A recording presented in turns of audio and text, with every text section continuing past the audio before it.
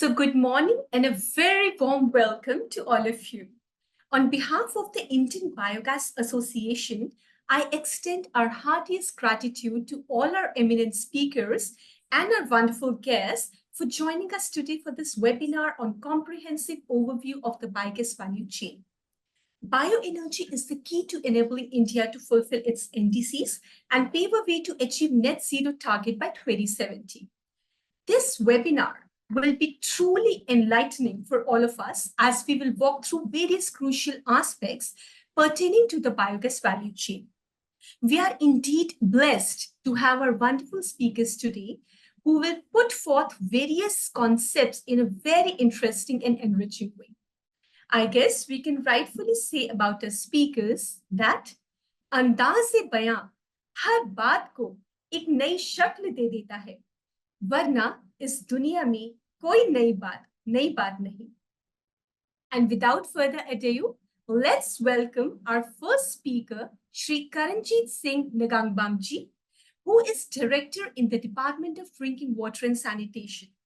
He's a 2009 batch Indian Economic Service Officer with over 15 years of experience working in various departments of the Government of India. He is responsible for overseeing solid waste management, including Govardhan Initiative and grey water management under Swachh Bharat Mission Gramin SPMG.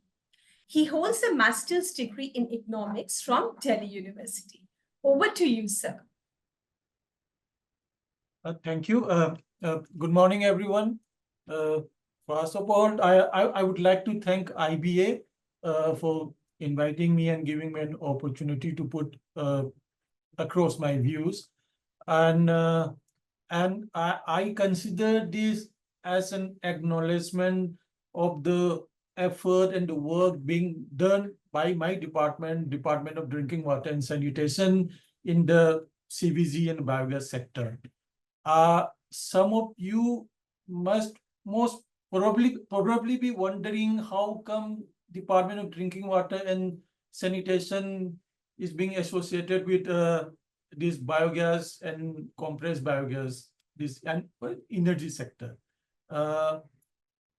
Actually, in 2018, as a part of the Swachh Bharat Mission Gramin Phase 1, scheme called Govardhan, galvanizing organic bioagri resources done, that was launched as a part of the Swachh Bharat Mission Gramin. Now it is an important component of the solid waste management vertical under Swachh Bharat Mission Gramin Phase 2.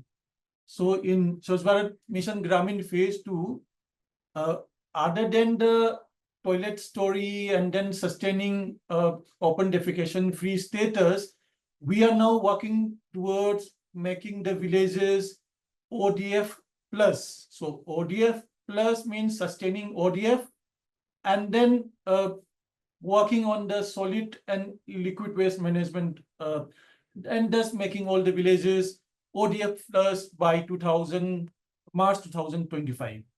So under the solid waste management part, we have two verticals. One is the biodegradable waste management, and the second is the dry waste or the plastic waste management. In 2020, we were told to give a presentation.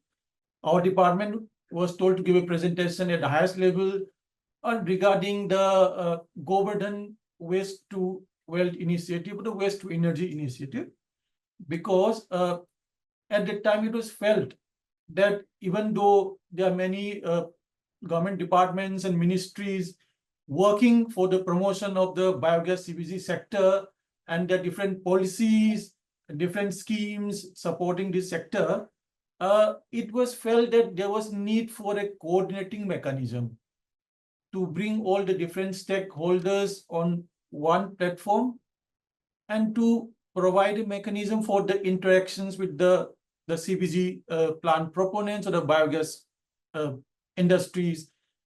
So, and we were assigned the role of the nodal coordinating department. So that's how we come into this whole scenario.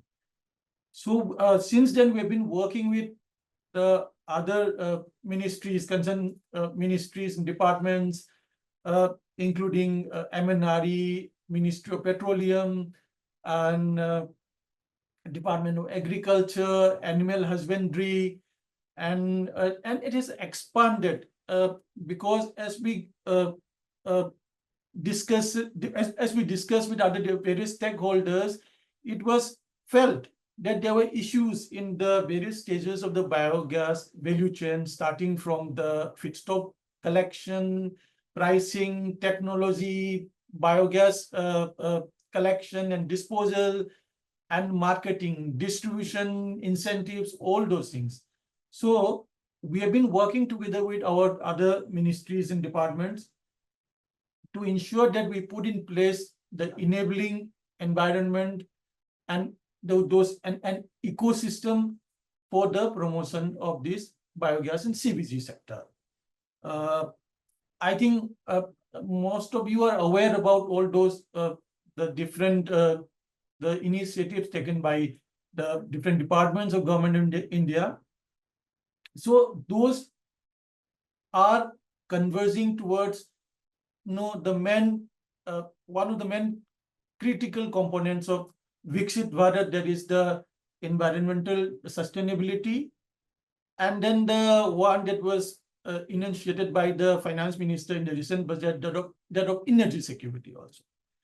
So this biogas CBG sector, considering that it has huge potential, estimated to be around more than 60 million metric ton per annum, can actually play a very crucial role in achieving the target set by the country of using the renewable energy sources, meeting the 50% of our energy needs from renewable sources, and then the net zero emission target by 2070. So this sector has immense potential, and government has recognized those potentials, and then trying to put in place a robust infrastructure, policy framework, and then research space in the CBG sector today. So I would just like to enumerate some of the major policy initiatives taken by the government of India, including the putting the funding for CBG projects under the priority sector lending, and then inclusion of the bio slurry or the digestate in the form of fermented organic manure and liquid fermented organic manure in the fertilizer control order, and then the market support for the FOM, LFOM. Then we have recently also Ministry of Petroleum, they have come out with two very good schemes. One is for the support for the biomass aggregation machineries, because we do realize that feedstock can be one issue, and especially for the plants, CBG plants, which are using the agri residue because of the limited duration available for collection of the feedstock, the agri residue. And then there's a pipeline connectivity scheme is also there. So it is started, and I would request all the CBG representatives of the CBG industries present here to take advantage of all these facilities or the benefits made available by Government of India. But I do agree that there are issues in availing these benefits, and then there are issues that need to be addressed as we go forward. So if you remember, I mean, recently our Honorable Minister C.R. Patil had an interactions with the representatives of CBG industries. NDDB was also there, and then many plant operators or they were also present. So in that we had a very fruitful discussions regarding the present issues, and what more need to be done. So one very important the issues that was identified was the management of the bioslurry, FOM, LOFM. So it was felt that the more can be done by government on this matter, and they gave some good suggestions also. We received some good suggestions also. So we will be discussing those with our stakeholder ministries and departments. But because of all those initiatives, what I can very proudly say, and then because of the support of everyone involved, say before 2020, when I joined this department, around at that time, the reported number of CBG plants were around say 19 or 20 functional CBG plants. Now we have more than 100 functional CBG plants. And then many, around more than 600 under various stages of construction. So, I feel that the enablers that have been introduced by the government are having positive impact. At the same time, more needs to be done. But at the same time, this sector is a new sector, emerging sector.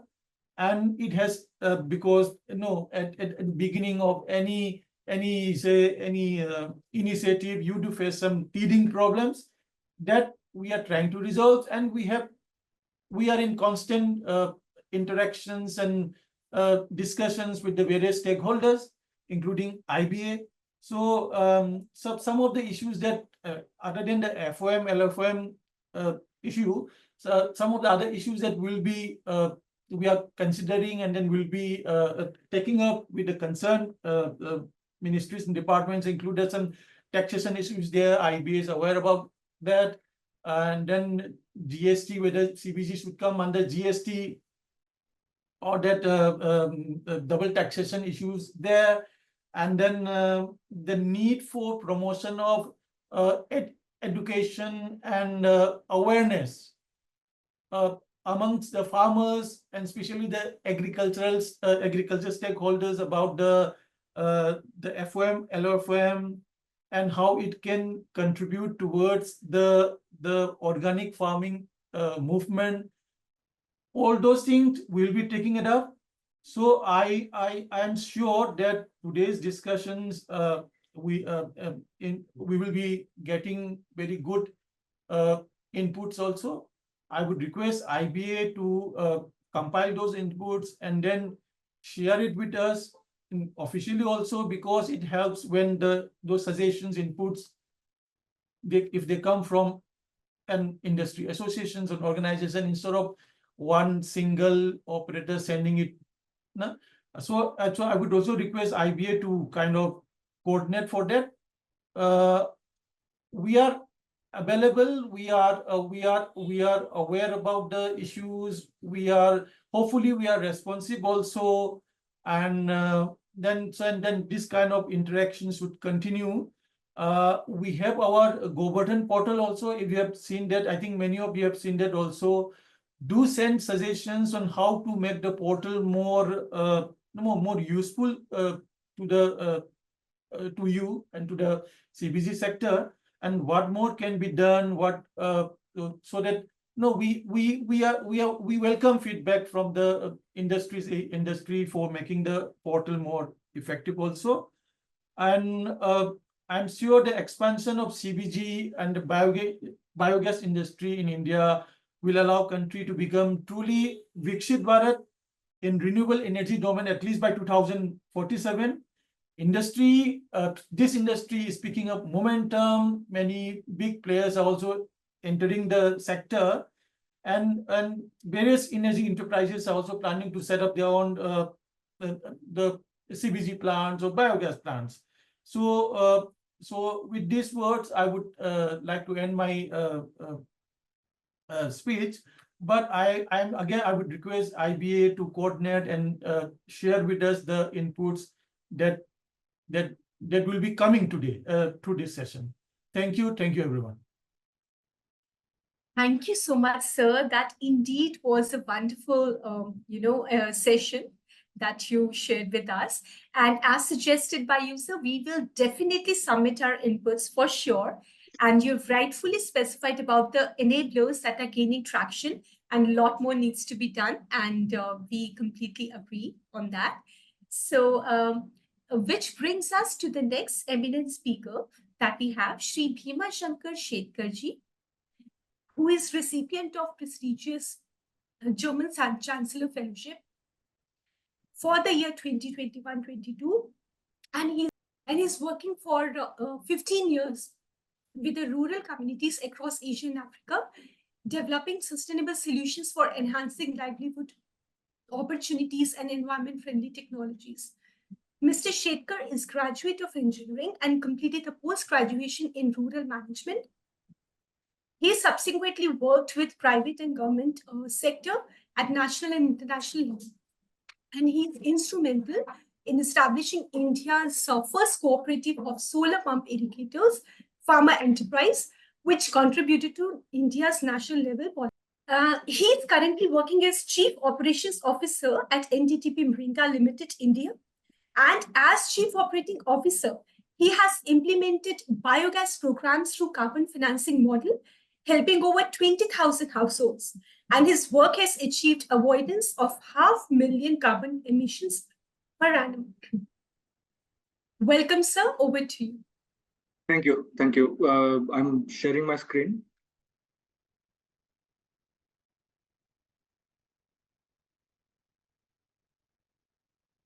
Is it visible? Yes, sir. Visible. Yes, sir.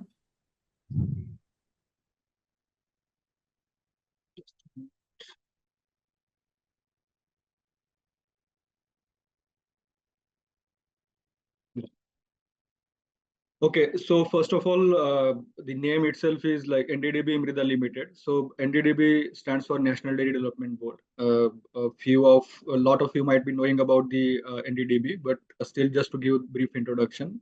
The Dairy Board has been established in the year 1965 with the purpose of making India self-reliant in milk and dairy products. So by end of last century, India became #1 milk producer because of the efforts of Dairy Board and the different brands which you see across the country, whether Mother Dairy, Amul, or Nandini. All these brands are created by Dairy Board through the dairy cooperatives movement. So in continuation of that, in 2022, we started working in 2018 itself. We were doing some pilot projects regarding the potential of realizing the potential of manure which is available across the country, considering 300 million bovine population, the annual population in the country. There is a huge potential for energy as well as the organic fertilizer. So standardize the entire economy of cattle manure. In 2018, we started working on different pilot projects, right from the 2 cubic meter biogas plants with the support of MNRE also and through our own initiatives. So by the time 2021, we were able to do some successful pilot projects, and based on the outcome of those projects, NDDB decided to scale it up through new subsidiary, that is NDDB Mrida Limited. So Mrida is a Sanskrit word which means literally translated to soil. So that is what we thought, that the purpose of doing all these things is enhancement of soil health improvement. So this is NDDB Mrida Limited is an unlisted public limited company, and the objectives are, the major focus is on the dairy farmers and the dung. So in single slide, if I want to explain what is it exactly we are doing, here we can see that we have a dairy farm at the center of everything. The dairy farmer is at the center of all our efforts. The small biogas plants of 2 cubic meter are also installed across the country. These are prefabricated, and also the earlier models of cement concrete also, they are also taken up.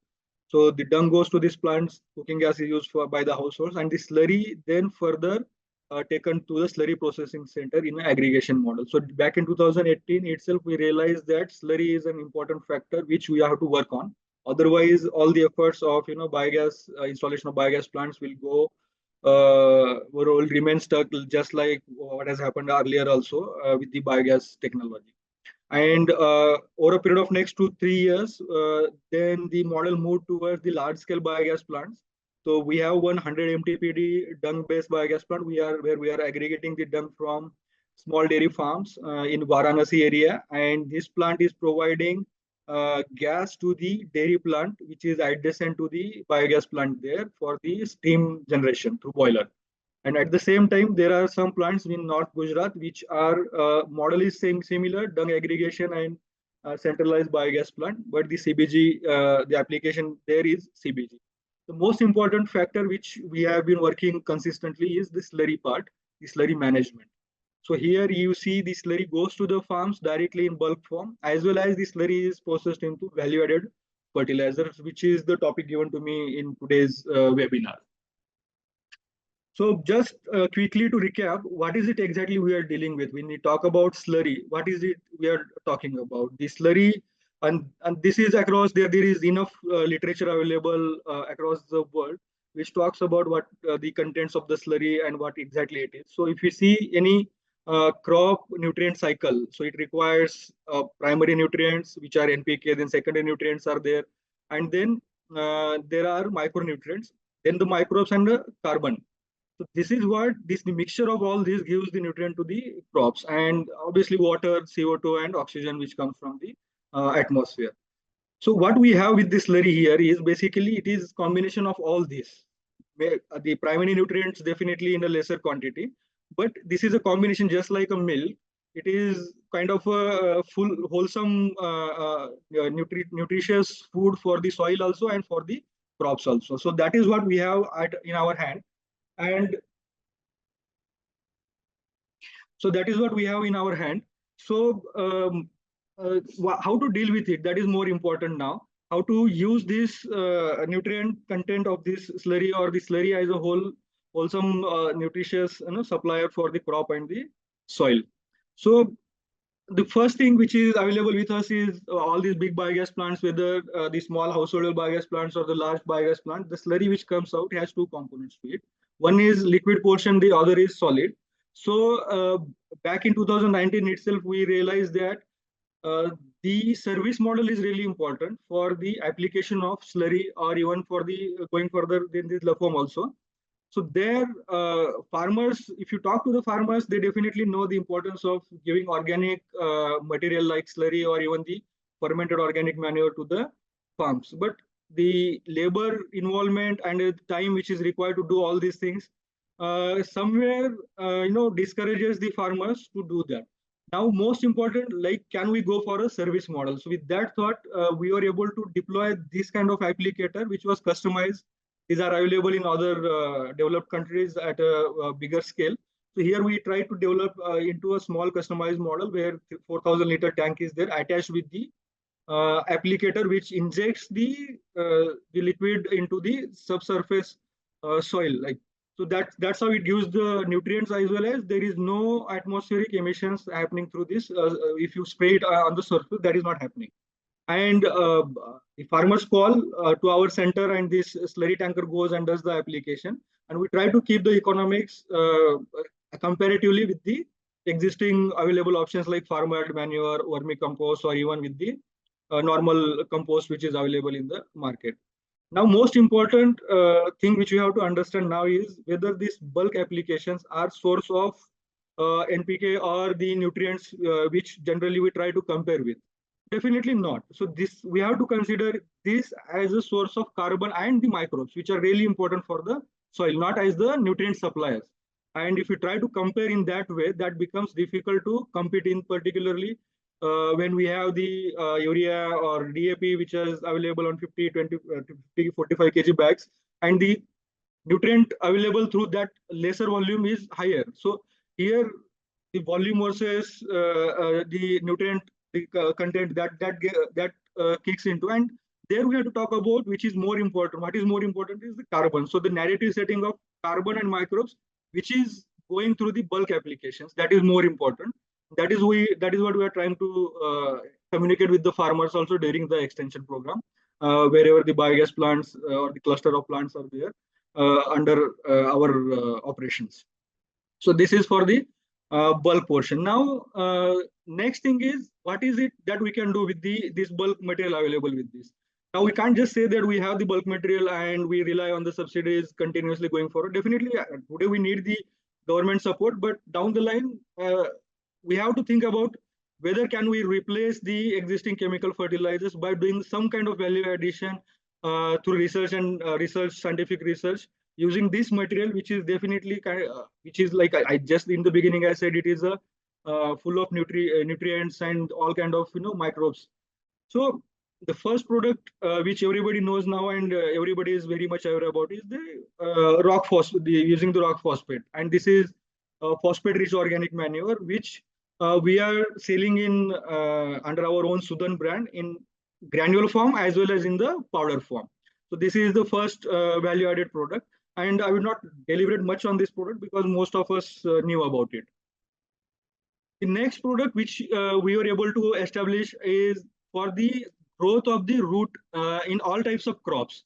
So the root enhancing materials like humus is used, and the base material is definitely the bioliquid or the filtrate, which is separated from the slurry. So we are able to see that the combination of the slurry, which already has some its own properties, and the additional bioactivated this kind of humus material gives excellent results, and I will come to what kind of results are coming at the latter part of the presentation. So this is one product which works on the root zone of the all type of crops, whether vegetables, cereals, in all type of crops, and the packaging is available in 5 or say 20 liters. So this is quite in a good demand also, and farmers are really utilizing it wherever this is available with the farmers. This basically improves the health of the roots and promotes the root growth. Then the next value-added fertilizer is basically utilized as in a foliar spray format. That is during the stage when the crops are, flowering is setting up or the fruiting is happening. That time, this is basically seaweed extract related best product, and this also gives quite excellent results, and it increases the photosynthesis, increases the leaf area, and also it affects positively on the setting of the flowers as well as the fruiting. So this is also available in small quantities. So basically, the application rate of these products is decided based on the crop requirement, the soil, all that has been done, the background work, and based on the recommendation is done. So now it can be given through the deep. The earlier product also can be done as a part of drenching also, and also from the drip irrigation. So this is another product. Then the next product is micronutrient based. Now the micronutrients product are state specific. Each state has different kind of micronutrient grades based on this deficiency of the micronutrients in that particular soil. So this is also the base is again the liquid, and the micronutrients are enriched into that liquid based on the state specific grades as per the requirement of that particular soil. And this is also quite a good product which is giving excellent results, and whether it is Maharashtra or Gujarat, wherever we are doing, we have done extensive farm level trials also, and the farmers have given a quite good feedback about it. So this is basically taking care of the micronutrient deficiency across the soil. So why I'm trying to tell you all these, like these value-added fertilizers, is that the agriculture input market is already saturated, and there is a cutthroat competition because that is totally a different segment. And here, as a players who are working in the energy sector, we are trying to dispose of the material which is available with us. While doing that, we may have to think or re-strategize our approach, that just instead of going for the bulk, we can also think about how can we go forward and try to go into that same market which is already very much saturated, but with a different approach, which because we have the really good quality material, the standardized organic source which is available with us right now in the form of the solid and liquid from the slurry. The same products for the urban consumers also we have been able to launch. It is available on now Amazon also, and this is basically for the those people who are enthusiastic about the terrace gardening or even the balcony gardening. They keep some pots in their household. So the shorter versions of say half liter, 250 ml bottles, 1 liter packaging. This is called Garden Nutri Kit. So this is again the base is the slurry. All these products are made from the slurry only. So this is another product, and the efforts are being made to replace. Like the first product was phosphate-rich organic manure, so that is phosphatic fertilizer. Now it is definitely a big challenge. We cannot claim that we have the solution immediately, but research is going on. It is under process that soon we will be having the replacement in organic form for maybe for the nitrogen and for the potash also, just like the phosphate rich organic manure is there. So two more products we are planning to bring by end of this financial year. So if everything goes successfully and the results are very good and there is no negative effect of those products from the agriculture point of view. So that also we are keep on developing these products, and we're trying to standardize. And while doing that, the scientific research required to bring these products to the farmers, that is our major focus, that we should not go with some kind of substandard product into the market. Now, so this is what we are developing, but again, at the same time, we have to test it through the agriculture universities or the ICR institutes. So back in 2020-21, we did one year study in Anand Agriculture University, where we did the study of all these products, whatever we saw just now, 2-3 liquid products and then the PROM. So there we try to check the increase in green yield of wheat or maize for 1 year. And for me, this the microbial population. So again, I will refer to earlier comments which I made regarding the microbes available in the organic material which we have. So there also we have seen the growth post-harvest and the pre-sowing period. We tested the before and after microbial population of the soil after application of these products, and there is quite substantial growth in the microbial population in the soil also. So that is really important factor, because that is what is going to give us a sustainable long-term results, and they will create a goodwill for these products in the long term. So this is what the result is. Definitely the yield increase is there by replacement of 25% chemical fertilizers. And in case of PROM, we have been able to, we are able to see 100% replacement of DAP can be done. So here, if you see this picture, this is particularly from the root related product, which I just mentioned. So there, this is the control one, and then the 50 ml solution, then 100 ml solution. If you see the in this agar, the development of the roots, which is happening. So that is definitely important to see that the healthy new roots and longer roots gives the good results for the crops, increases the immunity. Then we have concluded just now our one more study with the Banaras Hindu University, that was for 2 years, and we wanted to go for the North India agroclimatic zones for this study. And then there we have seen for different 4 crops, it is giving at least at par results with the RDF, even if we replace 75% of the chemical fertilizers with the these products. So this is one more study which we have done with the Banaras Hindu University. And then finally, we keep on doing our own studies. We have done the trial of these products almost on 4,000 to 5,000 farmers' fields. One of the studies in collaboration with Tata Trust, Sustain Plus Energy Foundation, which we did in 2022-23 was application of slurry plus the application of PROM plus the application of all these 3 liquid products. And one of the done on vegetable crops, I'm just giving one outcome. This was done on different crops. So on vegetable crops, you are able to see in terms of yield, there is substantial improvement. Whenever we have done, if you see the blue color, if the application of slurry plus these products, if we are doing it, there is quite good substantial increase in the yield. So these studies and in-house all the the testing of these products gives us a confidence to bring this knowledge to different players working in this domain also. And basically the focus is on the farmer, that we should go with the standard products to the farmers. So this is it from my side.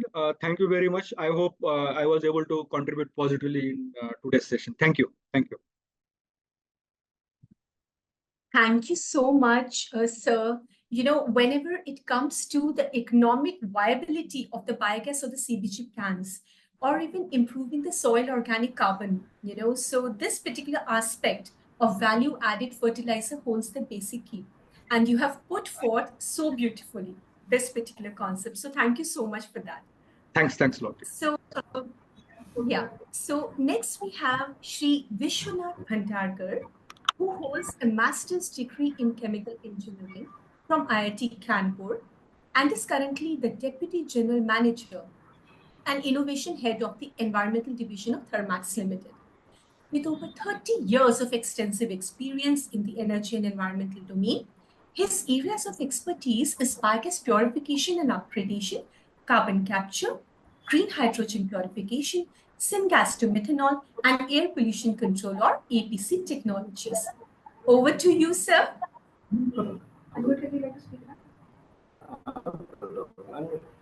Yeah, thank you, Mansha. Good morning, everyone, and thank you, IBA, for giving us this opportunity. So let's share the screen. Yeah, is my screen visible? Can someone say? Yes, sir. Yes, sir. It's visible. Thank you, thank you. Yeah. So today I have been given this topic of biogas purification and upgradation. And essentially, what I will be doing here is, taking through you to all these technologies which are available today, and essentially talking on some of the strategies, for optimizing methane loss. Um, we know any loss in methane, is directly going to impact our revenue, and more so, methane is multiple times more GHG gas than CO2 itself, and that is where we need to ensure that we recover the methane from as much as possible. Thank you. Yeah, let me just take you through Thermax, at a glance. We are actually, global conglomerate now, headquartered in Pune, about 6,000 plus employees globally, located across the world. We have installations in about 90 plus countries. We have a sales and service presence in almost 30 countries, 14 manufacturing locations, 10 in India and 4 international, and we are about 0.8 billion in terms of revenue. Yeah, if you go through a Thermax portfolio, of course, I'll not go into the details, but we have different verticals, So as you see, we cater to all the requirements of industries in terms of the, power requirements, heating, cooling, water and wastewater, chemicals, hazardous waste treatment, waste to energy, air pollution control and clean air, the division which I represent, and then we are also into the renewables. Yeah. Now Thermax foray in bio CNG space. What we have done is, in Thermax we have two verticals. One is Thermax Bioenergy Solutions and Private Limited, which actually, takes care of the entire EPC end-to-end value chain, right uh, uh, from the field to the end biogas, And we have one more vertical, which is environmental growth. And there we have formed a new GU, which is a gas enrichment solutions. And we take care of all the biogas purification and upgradation solutions. In this GU, we also address CO2 capture from hard to abate sectors like cement, steel, power, etc. And we also provide, green hydrogen purification solutions as well.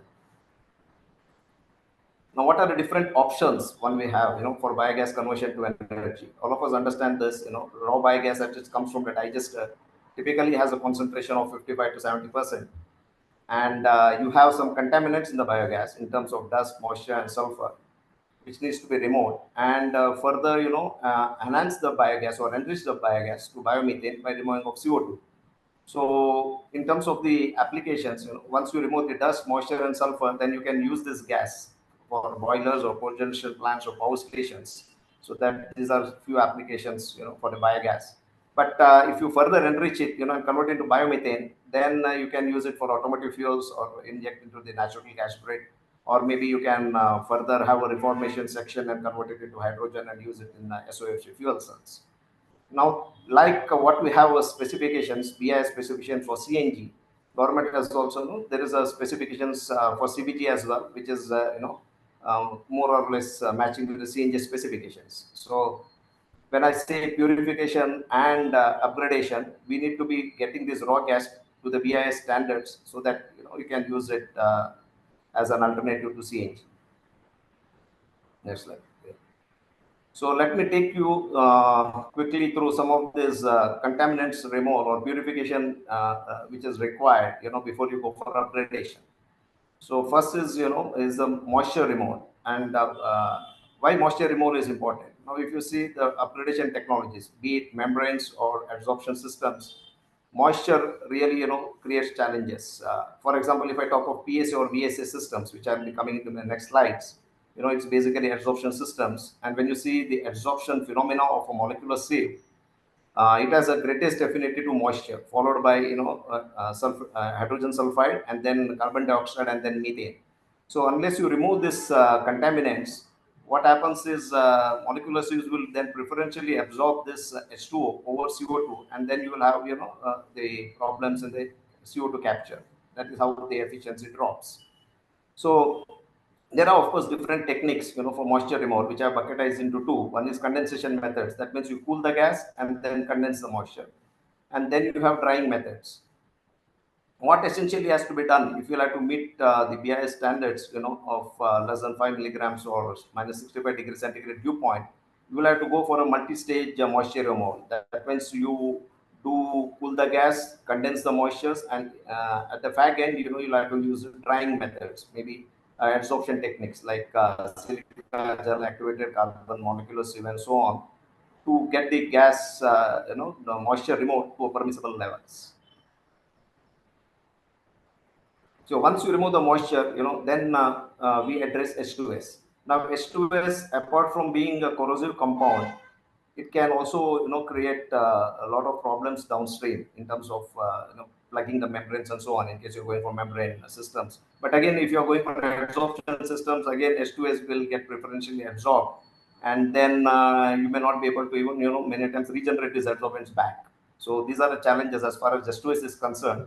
And from where do this H2S comes in the first place? It is basically the organic bound sulfur from proteins, from the biomass or any other feedstock that you're using, and through sulfate-reducing bacteria.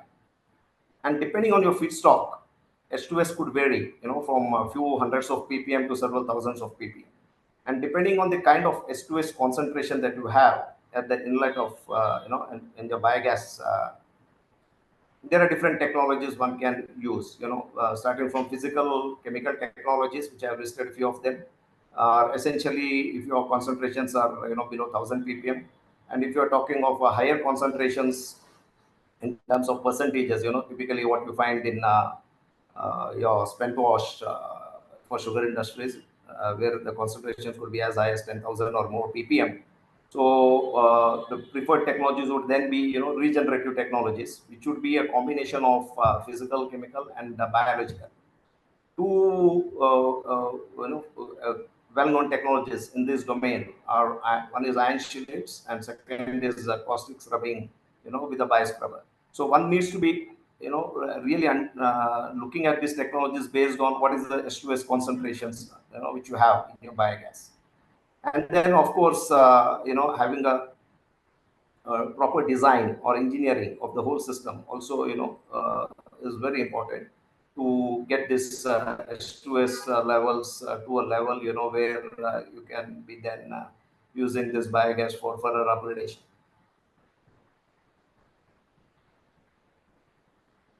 In the biogas, most of the times people only concentrate on H2S and moisture removal, but there is also a VOCs many a times, which is encountered in the biogas, depending on type of biomass that you use and the anaerobic digestion conditions that one maintain.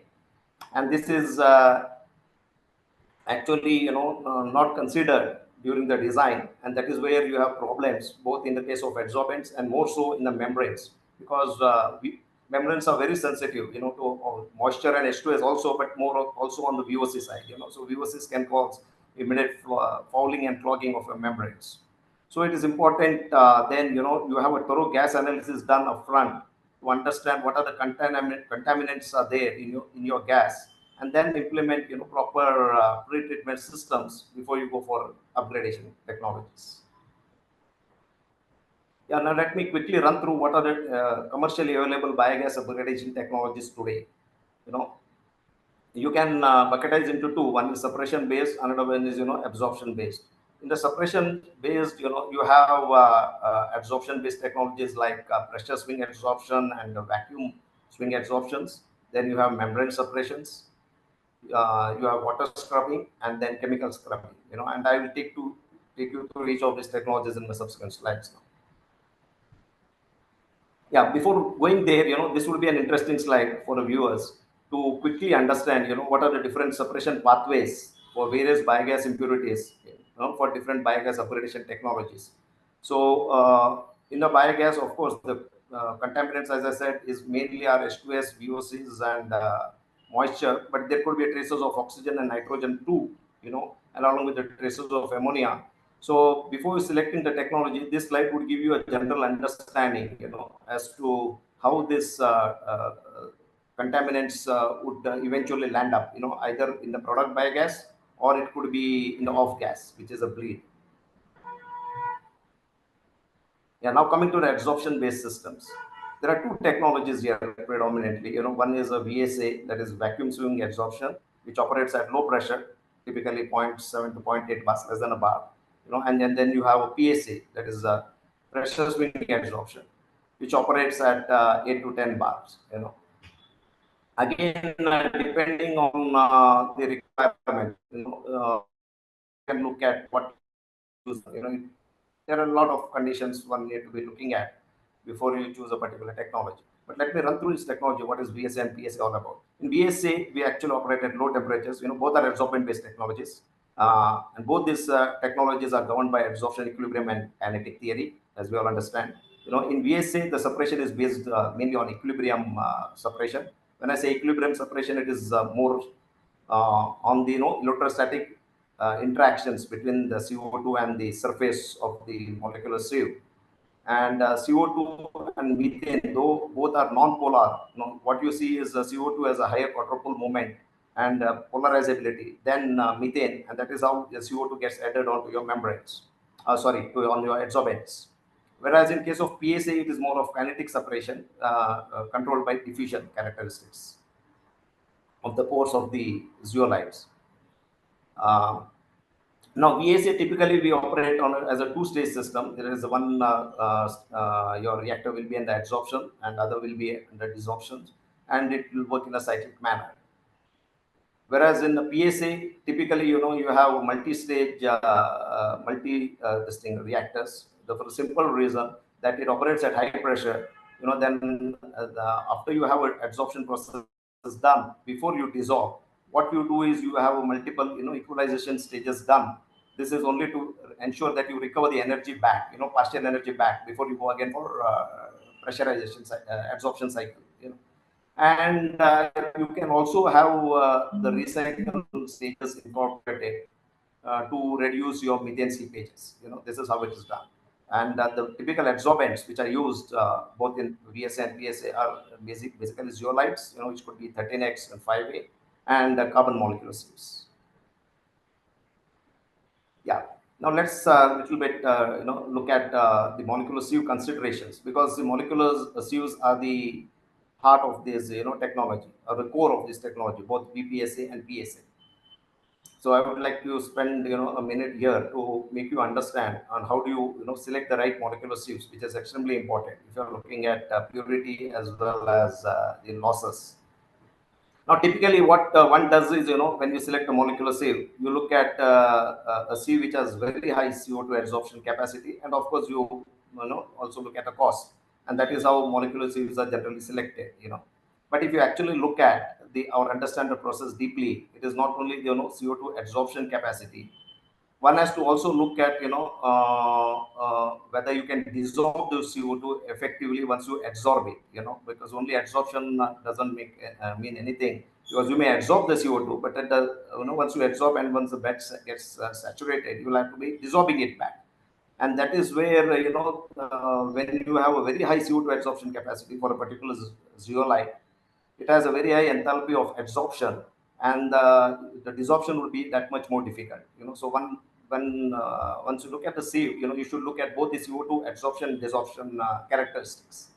Then, of course, we'll have to have a selective absorption of CO2, because we don't want methane to be absorbed in the process.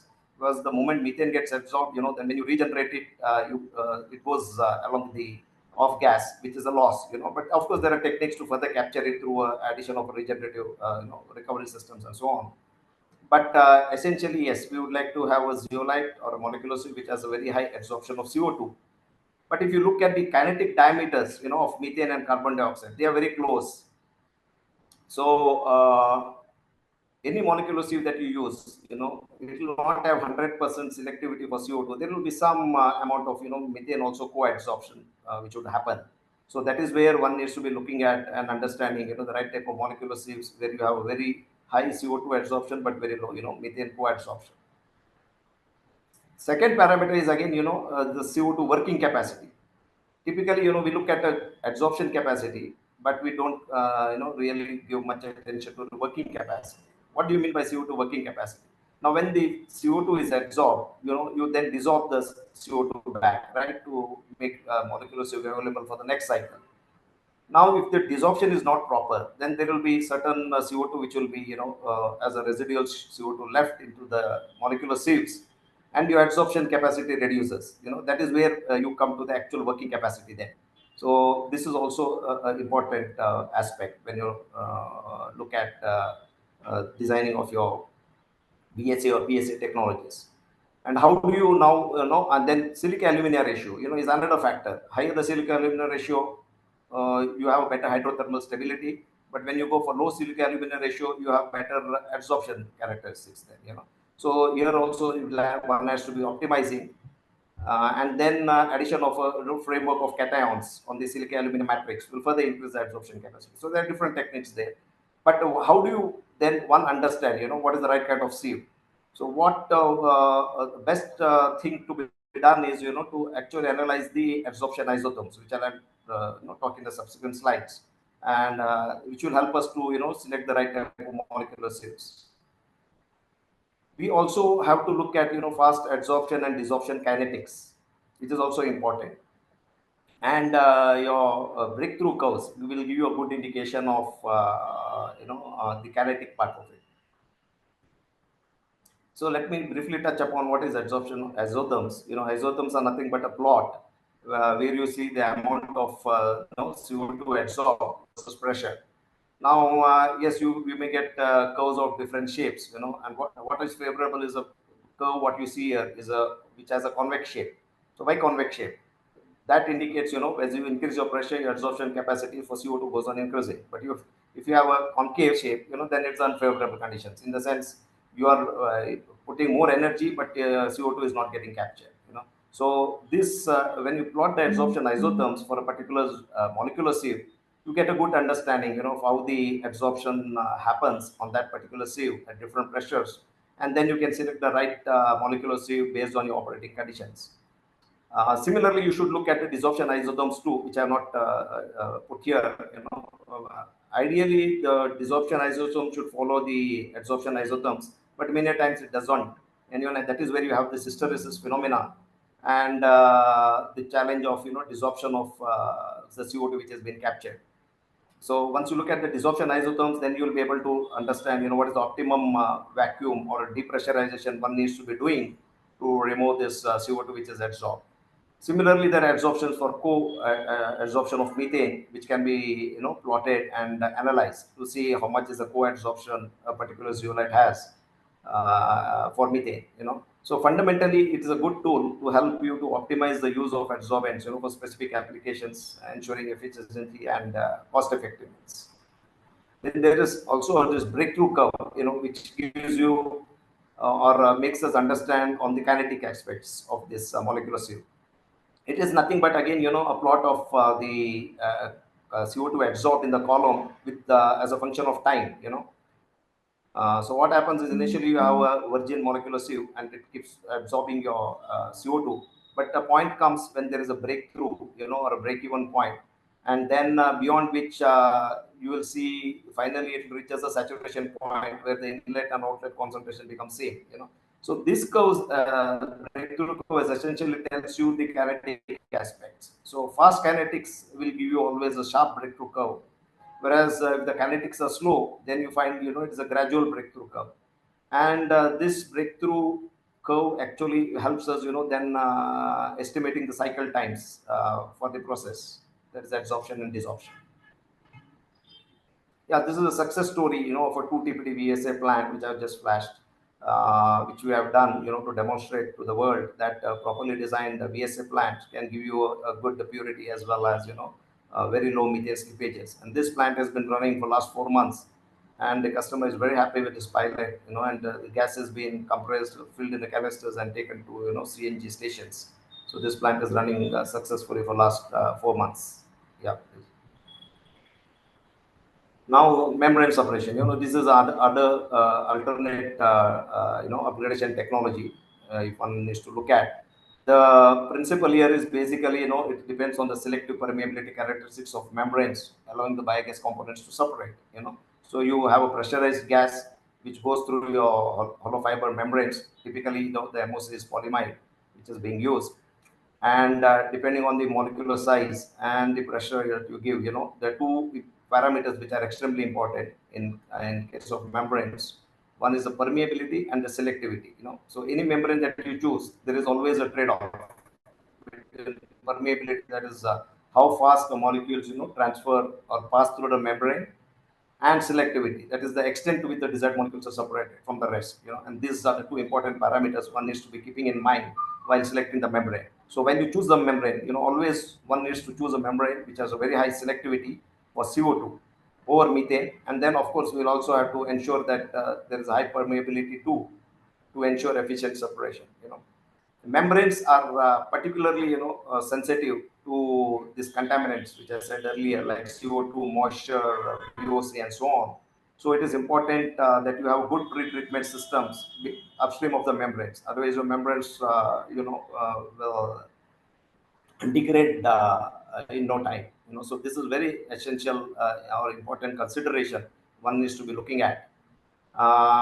And finally, depending on the purity and the slippages, one needs to be wanting. You should be looking at, either going for a 2-stage or 3-stage membranes. 2-stage membranes typically gives you a purity of 95, 96 plus, and losses around 3%. Whereas if somebody wants to cap the loss to less than 1%, then it is recommended that you have at least 3-stage membranes. Other technology, which is being used today for CO2 capture is high pressure water scrubbing. And here the phenomena is basically the solubility. CO2 has a very high solubility compared to methane, and that is the thing advantage that we take here in water scrubbing by maintaining the conditions which are amenable, for CO2 capture over methane. Typically, you'll have to have a high pressure here, maybe about 8 to 10 bars, because we know, if the CO2 has to be absorbed in water, then high pressures are is required. At the same time, you keep low temperatures also, so that the CO2 solubility increases. But whatever you do, there is some amount of methane which do get absorbed here, which is called as a co-absorption. And one needs to be ensuring, that when you flash the gas, very essential methane escapes from the water, which is absorbed when you flash it at a low pressure, and then you recirculate that methane back into your system. And further, then you go for a desorption column, where you actually bring the pressure to the atmospheric pressure, where you dissolve all the CO2 and take the water back. So this is how the water pressure, high pressure water scrubbing works. Of course, there will be some foaming also, which will be absorbed, in the absorption columns, which can reduce your mass transfer. So anti-foam agent, is some many times essential to keep this foaming under control. And since you're using water, the growth of microorganisms, can also happen. So one needs to be either operating at low temperature to ensure that microorganisms don't grow, or maybe you add biocides, to take care of this.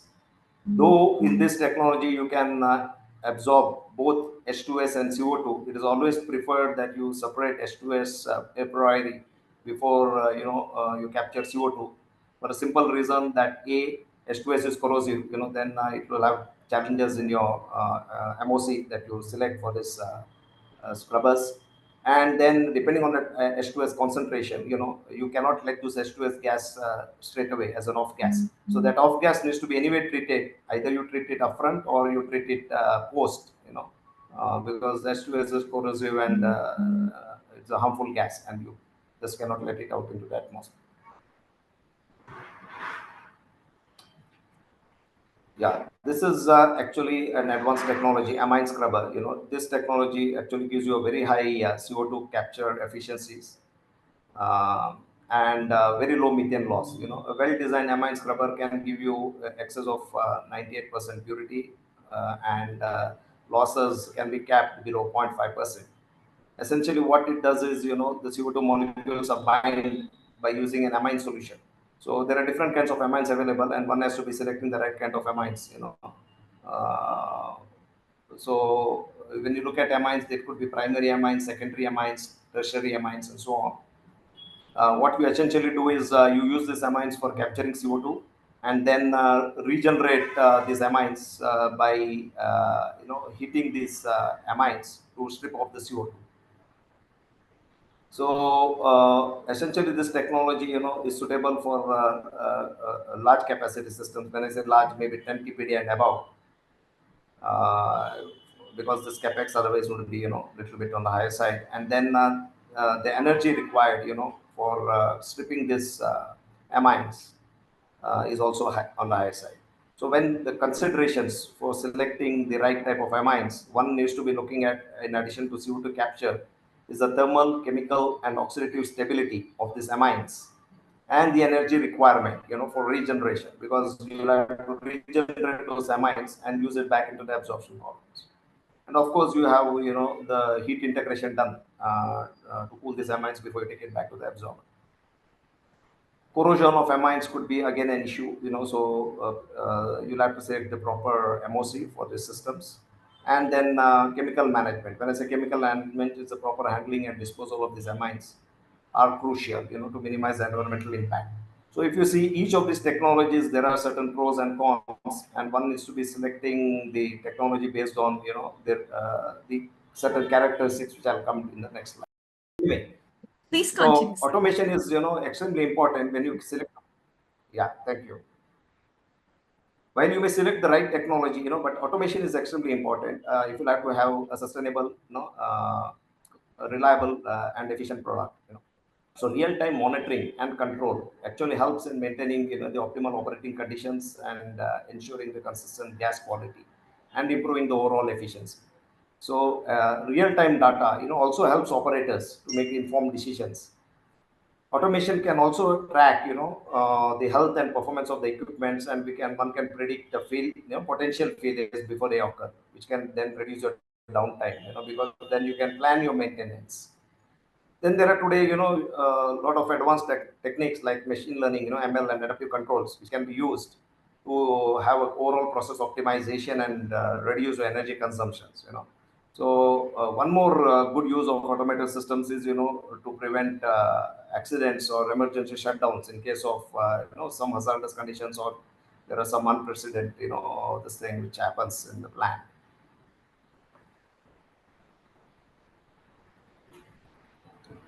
So to conclude, then what is the value, that Thermax can add to the biogas purifications? So Thermax, as is a pioneer in the waste to energy solutions. Of course, we have a technology provides. We understand the technologies and deep understanding of each of these purification and upgradation solutions. We have a capability to execute the turnkey projects, complete end-to-end solutions. We have a full spectrum of pre-treatment and upgradation solutions, which I just now explained. We have a dedicated R&D team, which looks at continuous improvement of each of these interventions that I spoke about. And of course, Thermax as a brand, we are in this business for more than 50 years in the business. Yeah, to conclude, each installation, as we know, is unique. Whether it's a feedstock, because or the gas parameters, product gas requirements. Each biogas facility has its own specific conditions. So one cannot just copy paste the technology, saying that, if somebody has taken X, then I would also go for the same technology. One has to understand, what is the kind of feedstocks is using, what is the feed gas composition, what are the contaminants, and then appropriately select the right purification and upgradation technologies. So other factors also one needs to be considering, other than only purity and slippages, are obvious, like ease of operation, space requirements, maintainability, reliability, sustainability, safety, scale of operations, and so on. And ultimately, of course, it all boils down to, balancing the capex and opex when you select a particular technology. Now, before I end, I would just like to say that biogas as a business, has a great potential. All of us know that. But today, biogas industry is also facing a few challenges, and addressing these issues are important. Starting from awareness, because there is still a lack, as we see, in the technology awareness, what kind of technologies to be used. Then, of course, infrastructure, financing, regulations, technology per se. A lot of technology advancements also need to happen, and one critical aspect, of course, is the feedstock availability. So, if you like to unlock the full potential of the biogas in India, it is important that we have collaborative efforts. All government, private sector, and civil society at large come together and create a conducive environment. So, this is it. Thank you for a patient hearing. And any questions, we will be glad to answer. I think it will be at the end of the session, right? Right, sir. Right. So Thank thank you Thank so you so much, much. sir. It was indeed a great presentation on the intricacies of the upgradation technologies, including such insightful concepts and the success stories, which are quite valuable for all of us. All the pros and cons of major technologies that you have mentioned are really helpful for all of us sitting here. So Yeah. next we have Dr. Malhotra with us, who received BTech Mechanical Engineering from IIT BHU and did his PhD in Energy Studies from IIT Delhi. He's a distinguished energy professional with expertise in energy and environment areas, including renewables, biofuels, and hydrogen. He has over 47 years of rich experience, which included long tenure of 37 years at Indian Oil Corporation. He's currently member of several important national committees and is presently the president of the Hydrogen Association of India. He has published or presented over 200 research papers and has 138 patents granted in India and abroad.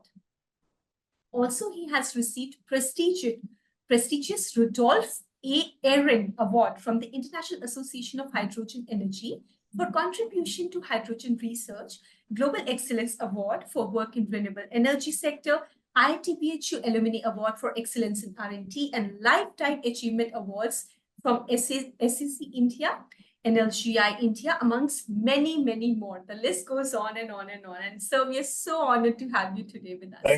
Thank you very much for the kind introduction, and thanks to Gaurav, who has invited me to share some of my thoughts related to biohydrogen. So I was given a time of around 10 minutes. So I will be brief and try to manage within this time.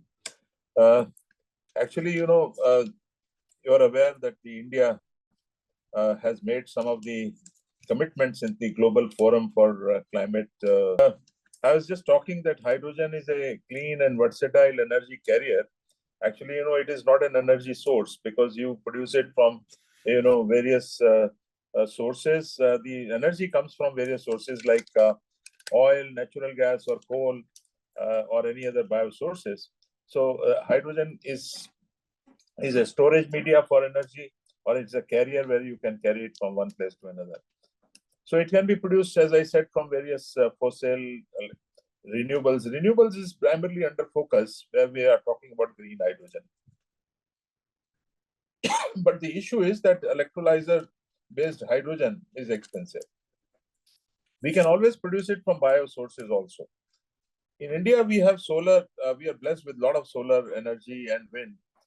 But the electrolyzers are not being produced in India. So we have been importing importing electrolyzers, or some of the companies are manufacturing, but basically the technology is coming from overseas. One of the issue related to electrolyzer is the cost, which is a capex, and then there is an opex, and then water requirement, etc., where you need deionized water. So the issue is that the green hydrogen currently is about $4 to $5 is the cost of green hydrogen produced from electrolyzers. As on the contrary, the biosources are quite flexible. They provide us a lot of flexibility. India is large. Biomass It is estimated that around, I had the figure, it's about 200 million tons of energy, biomass is unutilized. And this also can enable you for decentralized hydrogen production in villages, in rural areas where it can create a lot of employment generation. It can, increase the income of our farmers wherever they have the surplus waste biomass, which can be used for hydrogen production in a decentralized manner. And you can have ecosystem within the villages.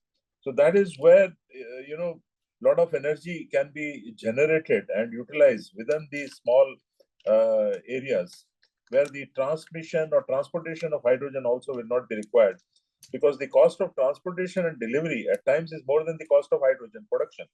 So that's an issue. And when we are growing at a very fast pace, Indian economy, we do need more of energy. We also need energy at an affordable price. So when we talk of green hydrogen being produced from electrolyzers, as I said, it is going to be expensive. So we need energy at an affordable price for if our economy has to grow, industry has to grow, and the people also, the aspirations of the growing middle class are to be also met. So hydrogen coming from biomass is a great opportunity in my view. Only thing, the issues are related to the biomass collection. But as I said, if you have decentralized utilization, it is possible. From the bio also, the another thing is that you have various technologies. You can do biomass gasification, produce syngas, and then followed by water gas reaction and purification, etc. You can produce hydrogen. You can have biomass pyrolysis to create the bio oil, and then you can go for reforming, or even CBG. A lot of CBG plants are coming up for compressed biogas. And if we can have some of the technologies like reforming of natural gas, we can use. You can also have hydrogen. So you will have to weigh whether you can get more money by selling CBG, or you can get more money by selling the green hydrogen, produce the CBG route also. Then hydrogen utilization is not only that you use it as an energy carrier and as a replacement of the normal fossil fuels, but also it has to be used for decarbonization. It is a great enabler. When we are now, the Bureau of Energy Efficiency has recently notified, in fact, I think last 1 or 2 days, the notification has come that there will be some compliant markets, there will be some voluntary markets for carbon, control, and the carbon credit scheme is going to be implemented. So for some of the sectors like steel, cement, refining, fertilizer, they're coming under compliant market, where they will be mandated to reduce their carbon emissions. So hydrogen is the opportunity. If you have green hydrogen available, you can certainly decarbonize your sectors. Another opportunity, rather than Indian markets, is a global also issue. CBM, the cross-border mechanism, has also come, a tax mechanism by the Europe, where some of the people who are exporting products from India, if they have to export, they will have to comply with the net zero requirements or low carbon requirements. If you don't do that, then your exports will become expensive. There will be carbon tax imposed on you. So I think these are some of the issues. And when we have the fossil fuels based hydrogen produced, you have a lot of CO2 emissions also. We produce hydrogen in our refineries currently from the natural gas, or even people have been producing, China has been producing a lot of hydrogen from coal. The CO2 emissions can go up to 27 kg per kg of hydrogen. While with the CCUS, carbon capture utilization, you can reduce it to about 1 to 6 kg, depending on the technology. But if you do it from the renewable energy, like electrolyzers, the CO2 emissions are nearly zero. But if you do it with biomass, it is even negative, because whatever CO2 emissions happen during the production of biohydrogen are reabsorbed by the plants, and plants, whatever biomass is generated, it has already consumed CO2. So at times the biohydrogen is carbon negative. So there is a great opportunity, and I am happy that Indian Biogas Association has been promoting the not only the biogas, but also the various bioenergy resources. And as far as we are concerned, under the Hydrogen Association, we have an MOU with Indian Biogas Association, and we are working very closely on some of the projects. We'll work even more. And I'm happy to be part of this for giving you a brief, summary of the green hydrogen which can be produced from biosources. So thank you very much. Once again, thanks to Indian Biogas Association and to a good friend of mine, Gaurav Kedia, for inviting me to share some of my thoughts in brief. Thank you so much. Right. Thank you so much, sir. And as you rightfully mentioned that we need energy at affordable price, and the requirement for the middle class also needs to be met at the same time. And how biogas and green hydrogen beautifully fit into this particular scenario and could be a great precursor for decarbonization. So thank you, sir, once again for sharing your thoughts with us and finding time to grace the occasion.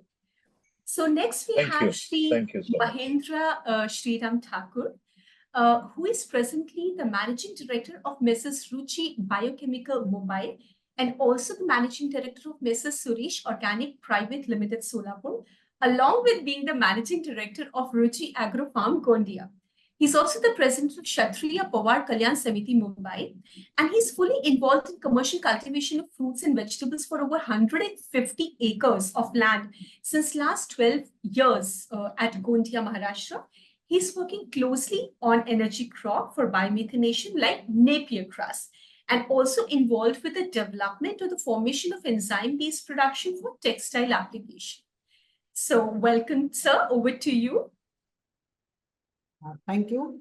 And thanks to IBA management as well as I welcome to all entrepreneurs. I call them as a bio-entrepreneur for this session who have joined and involved in this activity. So before starting today's session, I would like to elaborate something. When we talk about the CBG production or for any industry, the raw material is the basic main component, which is very, very important. And when we travel across the India, we find this is a very important aspect or component in our industry. So as per different geographical locations are there, we have tested and so many units are working on the present biostock or the biomass which is available. But apart from this, we realize there are requirement of some independent source of energy, and we find some of the crops we can call it as an energy crop. And this energy crop, one of the energy crop can be, or it is Napier grass. And since last few years, we are working for it. So when we discussed about this, so can you share my slide, please?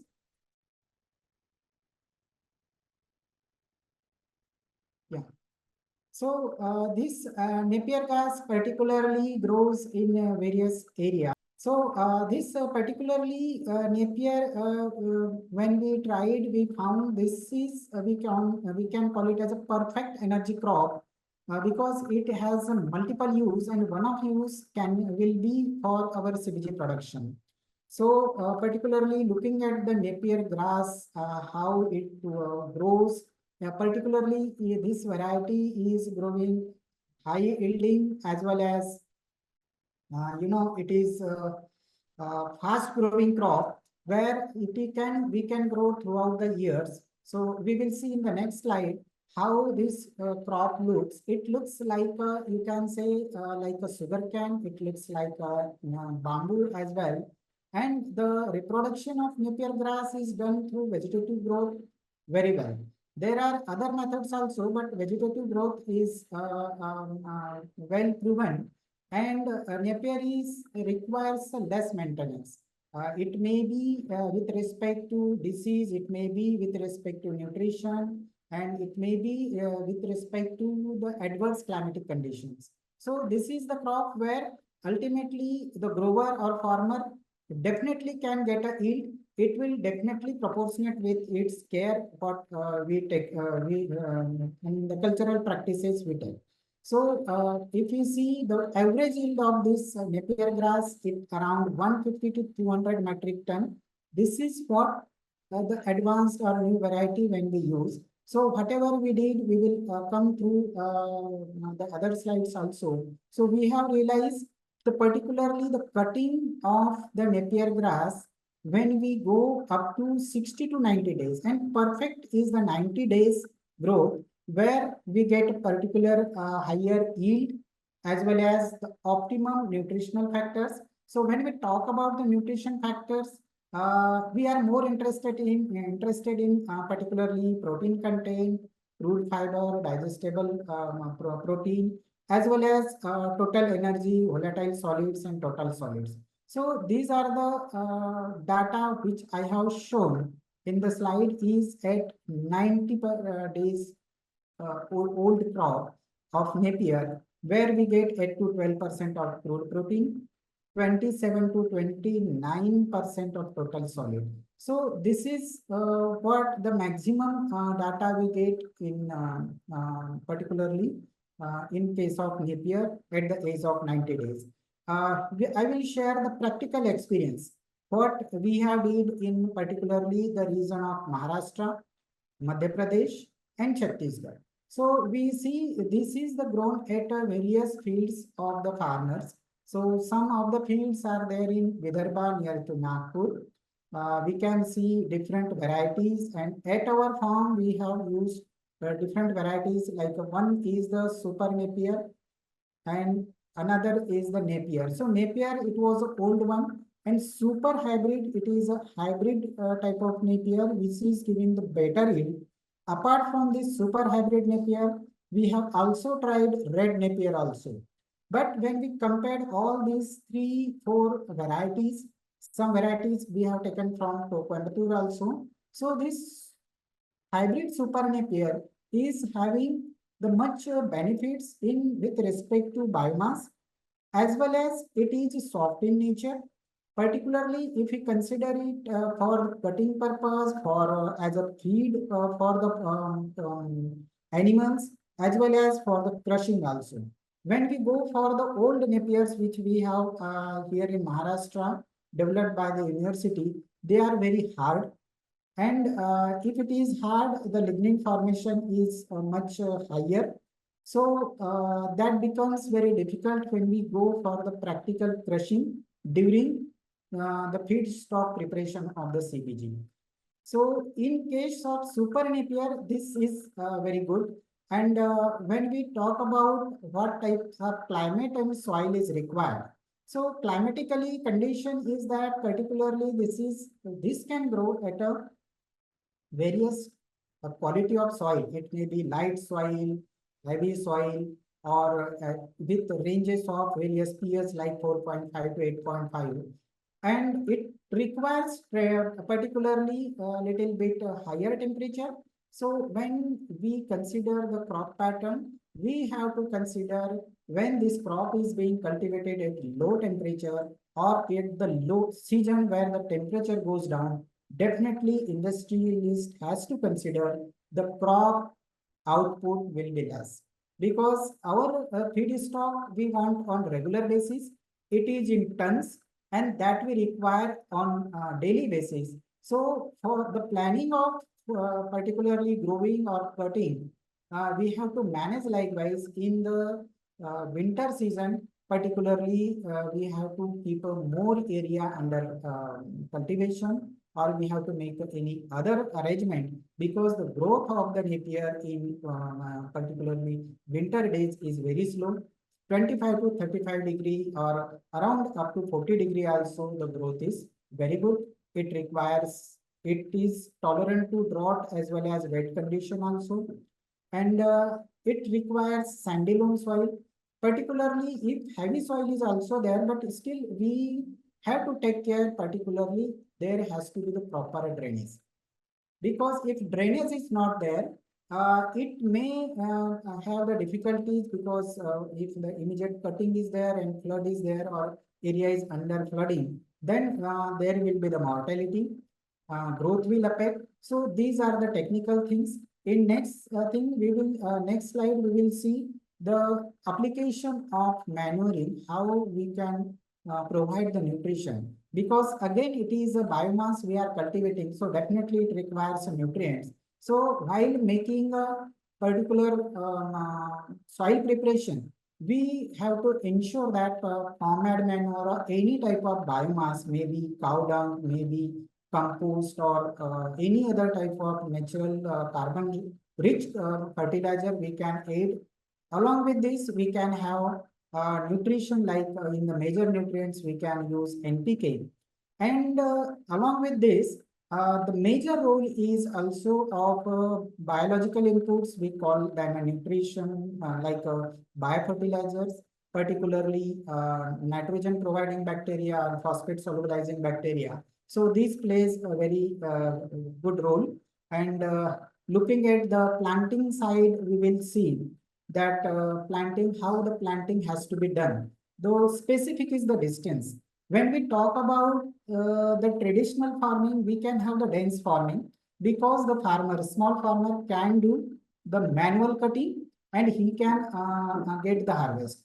But when we talk about the thousands or in a tons, so every day we have to harvest 100 ton, 200 ton, particularly Napier. So cutting of Napier manually is a very, very difficult task. And for this, we require optimization, or particularly we have to take particularly this help of harvester. So Napier grass can be promoted through seeds, stems and roots, but with the stem cutting, you can see in the picture, it is a practical picture of the field, actual picture of the field, where the stem cutting are most common, and we can have up to plant distance 1 to 2 feet with 1 to 2 internode can be planted. Along with this, we can put a spacing like bed to bed, because bed, why the bed is required? During rainy season, we can have the proper drainage. And while operation also, mechanical operation also, we can do in a good manner. So spacing of the bed to bed can be, we can keep up to 3.5 to 4 feet, so that when the operation we can do with the tractors and we can do the harvesting. So this is all about the plantation, and around 800 to 900 saplings or the sticks are required per acre of the land. Here we will see the difference between the various types of planting method. So where the soil is heavy and we have the difficulty of drainage, then we will put it on the bed, or in another case, when we have the less rain or we don't have the flooding situation, then we can put below the bed, means in between the bed. So these two systems we can work out, and this two way of planting, one is the horizontal, another is the vertical. So in horizontal planting, you can see at the right side, the growth is less, but the sprouting is much higher. Now coming to the water requirement, though we say it requires less water, but no, it requires water. If the water is less, it may hamper the production, because particularly we all know when we talk about the fresh Napier, we are dealing with the 70% of water. So water is required. Irrigation can be done with the help of flooding. We can, where the flood is not possible, flooding is not possible, we have found the best way is the rain gun also, because the surface area can be kept moist and we can cover the more area in the less quantum of water. Super Napier can grow in all types of water, particularly saline water and acidic water as well.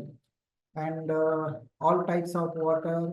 Abundance water is also required. We have some data where salty water can also grow. Definitely, the yield will be less, but we can grow this Napier grass.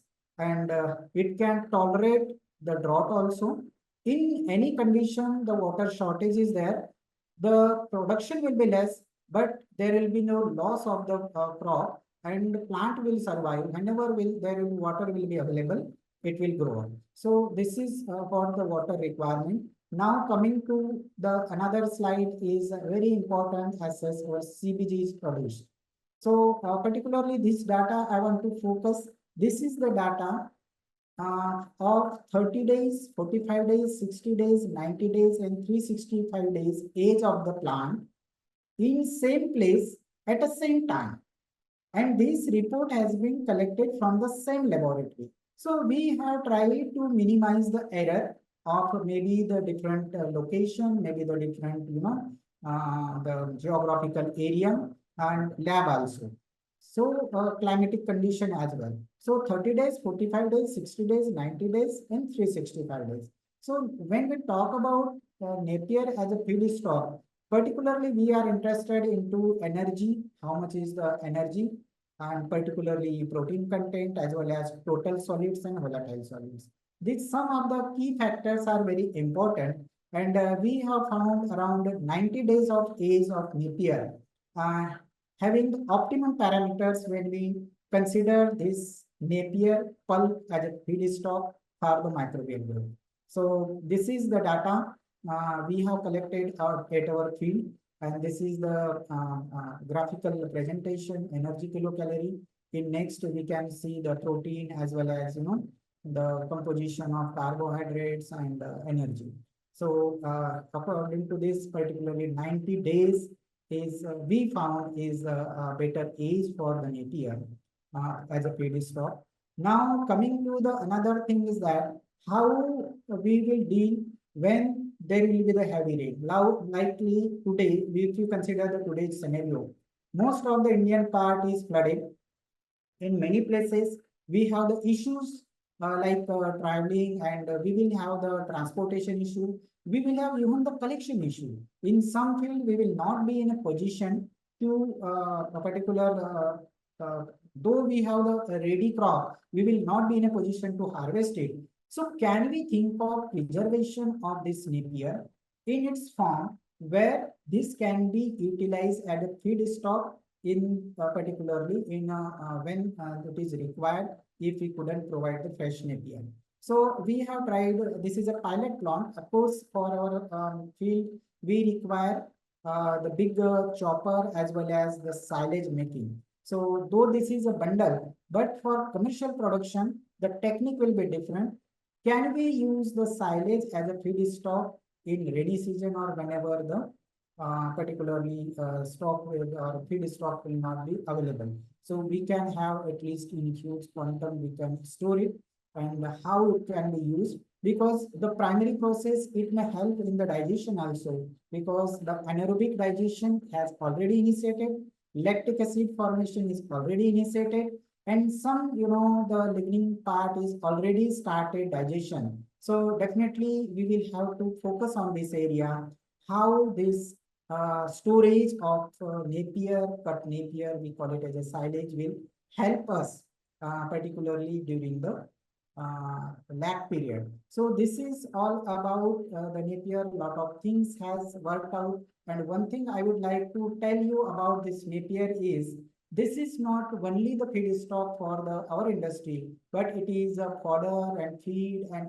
for the cow, or you can say your gowdan, as well as it can be used as a biomass, like another energy source. So this is ultimately very important crop as such farmers are concerned or ecology is concerned. And in this case, I would like to put one point.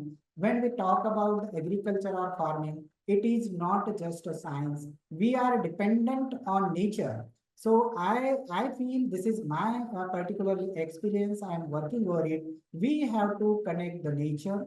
We are going in a circular economy. So particularly we request to follow the nature and work with the nature, connect with the nature, and connecting with the nature and working doing the farming, we call it as a yogic farming. And such type of experiment, we have did a lot of experiments in India as well as abroad. So in sometimes we can discuss over it, how this connection of your, the energy, thought energy plays a very important role in cultivation of various types of crops. It may be Napier grass, it may be food crops or whatever.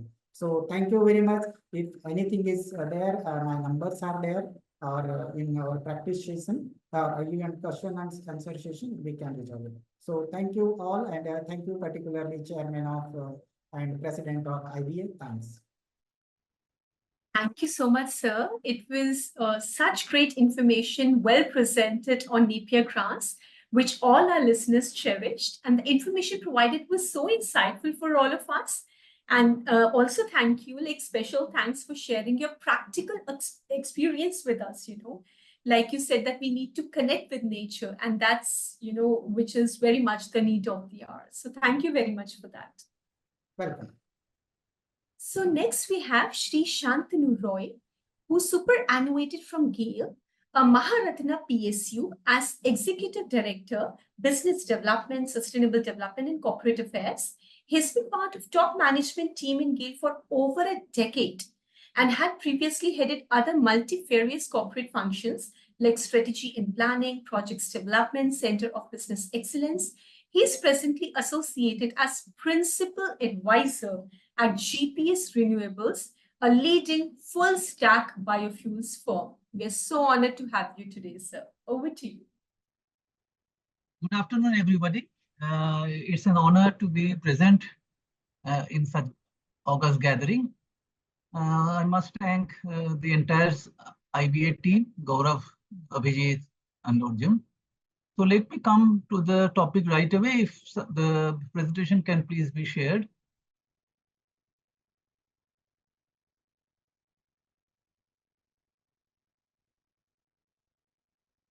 Okay. Okay, thank you. Go to the first slide, please. So this is the CBG injection. We are the topic.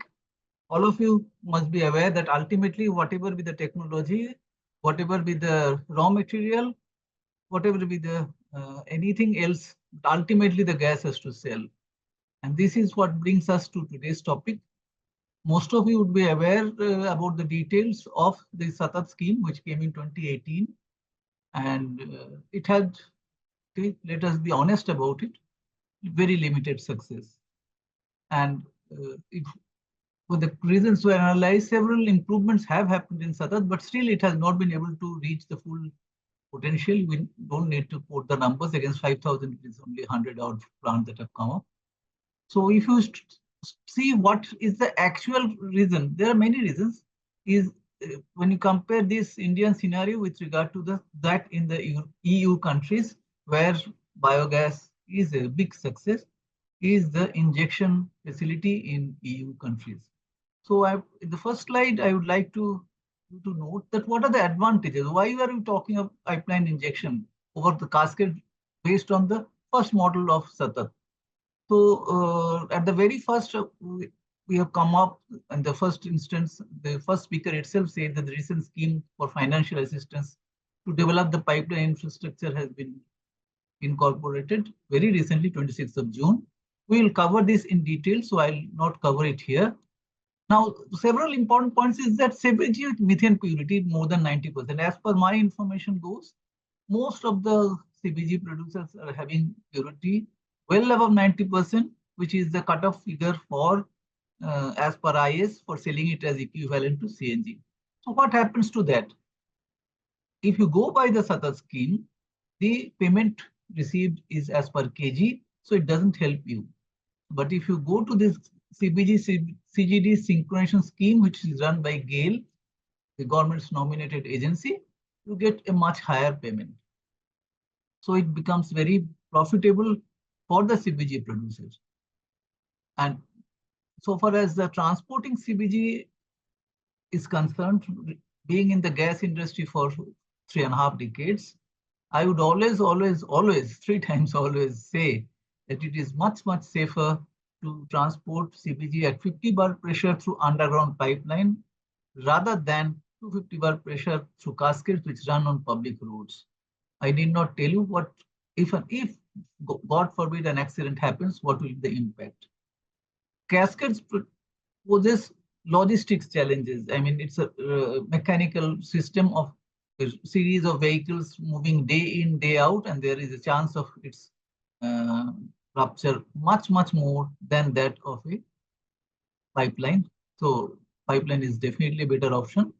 Pipeline to city gas station, this is another very big advantage. If you can join the pipeline to the city gas station, it the entire gas that is handled by the CGD entity it becomes your choice. So you basically tend to gain to put in much more CBG rather than supplying it to a particular RO through cascades, which will always restrict the viability of your delivery. For any reason the RO does not operate, then you are in for trouble. Also, an RO, if the economic shows that though the Satat scheme started with 2 TPD per plant, the current economic size for at least most of the feedstock is around 15 TPD.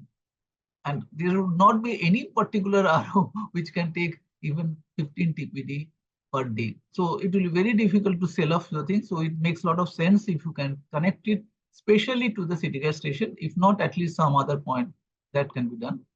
And transporting the last one is something very close to my heart. To me, I really can't think why a green product like CBG will be transported using a polluted product like diesel through the cascades. It doesn't make any sense. So we should all strive to go in for the pipeline connection. Next slide, please. So this is the scheme in very brief. At the center of it is the government nominated agency GAIL India Limited. On the top, you can see the biogas plant, and on the bottom is the pipeline system. So what happens is that the pipeline through the GAIL pipeline, most of the gas that flows will get mixed with the biogas plant. This is known as commingling. As per government notification, the commingling can go up to 10%. This is something that you have to understand. So if we say that the gas that is handled in India is even by conservative estimate is 60, 70, 80 MMSCMD, how much that 10% would be. So we are far away. So all the biogas plants coming together in next 5 years also would not reach that 10% level. So there is sufficient scope to utilize this biogas through the pipelines. And the next part, the right side shows that it is transport. The whole objective is that of the commingled gas. I'll come to the next slide. I'll try to explain. So this comes under 3 basic options. The option is CBG can be delivered at 200 to 250 bar pressure, similar like cascade for delivery at retail outlet of the CBG plant. So from the biogas plant, you can see through it is compressed, loaded onto cascades, and is delivered to the RO or CBG plant at a pressure of 250 bar. What will be the difference with regard to Satat? We'll cover later, but this is the scheme, which is essentially same as the Satat scheme, but the payment structure is different. We'll come later. Next slide, please. That brings us to the option 2, which is the most preferred option, I would believe. And this is where you should target that biogas plant straight away put to the pipeline system. It shows that there are 2 systems between 5 to 49 bar. The lowest, obviously, you would be knowing is for the MDP pipeline, and 49, which is the highest for the steel pipeline, which obviously the pressure varies a lot, but let us not get into that. What is important is that you should target getting the steel network, which allows you to cover the most of the CGD network. And from that, it can go to the for the PNG and the CGD section. Next slide, please. The third option is with regard to the biogas injected through DCU. This is a very recent option that has come up, where the pipeline, for technical reasons or commercial reasons, okay, is not possible. However, you want to have the maximum amount of your gas output from a big size plant, which is currently 15 TPD or going to be more and more economical sizes, that you can feed it through the CGS station also. But the pipeline feasibility is not there, or it is too costly. You can consider the case of putting it into a cascade, taking it to the pipeline system, and use the DCU decompression unit to bring down the pressure, and then put it back into 5 to 49 bar. This is similar to one of the options that you have shown. Next slide, please. So this brings us to the very basis of this CGD synchronization scheme, which is run by GAIL. If you see on the left-hand side, there's the CBG and the biogas. So the first option, if you remember, if you deliver it at the retail outlet of CGD entity, similar to Satat scheme, 200 to 250 bar pressure. However, the price point will be different. I am not getting to the Satat price, which is obviously would be knowing in terms of kg, pegged to the retail selling price of CNG. But this here you get it paid in terms of energy, which is the basic system in which gas throughout the world, including India, is sold. It is rupees per MMBTU. That it brings in the energy concept that, and if you convert it, the more the pure your gas is, obviously you get more energy out of it, and you get more and a compression charge of 8 rupees per kilo. So far as the biogas, the two options that I have shown, one is the direct tie-in pipeline. You get the same because it's the energy term, rupees 1290 per MMBTU, and a compression charge of 2 rupees per kilo. Okay? Because there is not much of compression. However, if you bring it through the cascade and put it into the pipeline, it is 1290 per MMBTU plus DCU compression charge of 8 rupees per kilo. And on the last column, I'm trying to, though there may be people from the CGD entities, how it is going to be helpful. I'll try to cover that.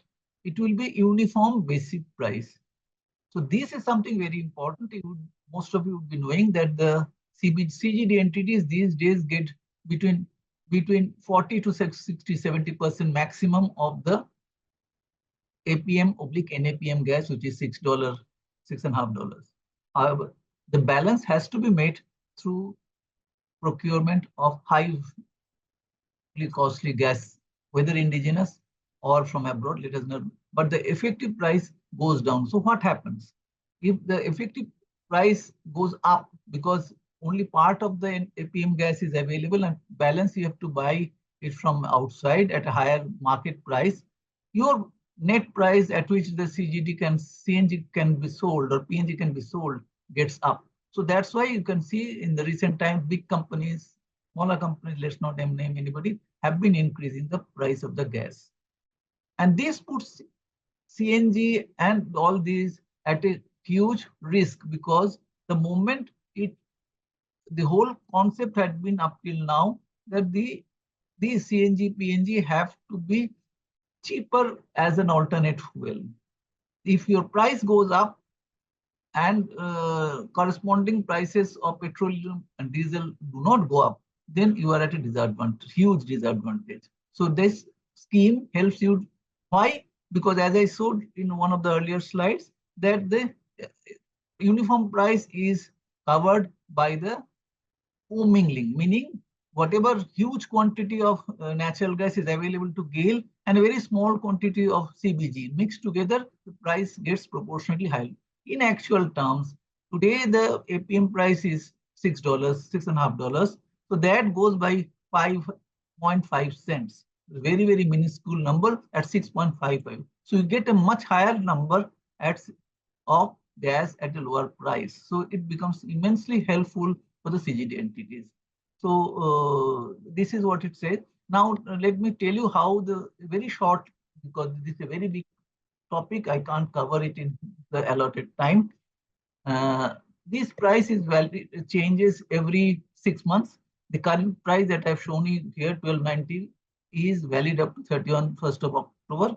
And on 1st of November, again for 6 months, it will change. How it is done? Very briefly, GAIL considers the price of CNG at all the locations that GAIL or GAIL subsidiaries or GAIL JVs are there on a particular date in the month of the preceding month. So in that case, in the month of October, they will be done, and the average will be taken out. From that average, going to the Satat table, the final price will be done, and then the conversion is made from kg to MMBTU, and this is how it is done. It's a slightly complicated and not important for today's topic. I just mentioned. Next slide, please. Now, CBG injection, this is the topic that is the most important to us, that how CBG injection leads us to opportunities. there are many. I'll try to cover only the most salient features. CBG-CGD integration scheme, which we had discussed in details up till now, the GAIL scheme, it is one biogas procurement price for CBG producers, meaning thereby throughout India, it is only one price. If you know, if you go by the SATAT scheme, the prices vary from GA to GA, depending on many factors, but it varies, whether good or bad. Sometimes you may win and sometimes you may lose. However, your production price would depend on the cost, on the feedstock and all that. So you can get one biogas procurement price for entire India, pan-India basis. And for CGD entities also at the one India, same price throughout India, which I believe is a very, very big leveler of the game. It will help a lot in the CBG industry getting matured. The one point we have already covered in details, energy-based biogas pricing, how it helps you. And CBG procured, this is another very important, if there are people from the CBG industry, CGD entities, this is, please note, and all those who are trying to sell CBG, please note, so that you can in turn inform the CGD entity how it helps, is that this gas that is procured by this scheme will be over and above the APM and NAPM price without their cut. So that what matters, that you get more gas at less price, which helps you to keep the price of CNG down and effectively helps also in the growth of CBG industry. Now I'll try to cover another very important thing which was briefly mentioned and of great importance, which has come up very recently on 26th of June. If we see, this pipeline scheme of GAIL CBG inclusion had been there for about 2-3 years. However, it was not picking up. Why? It was not picking up primarily because of the pipeline cost from the CBG plant to the CGD entity.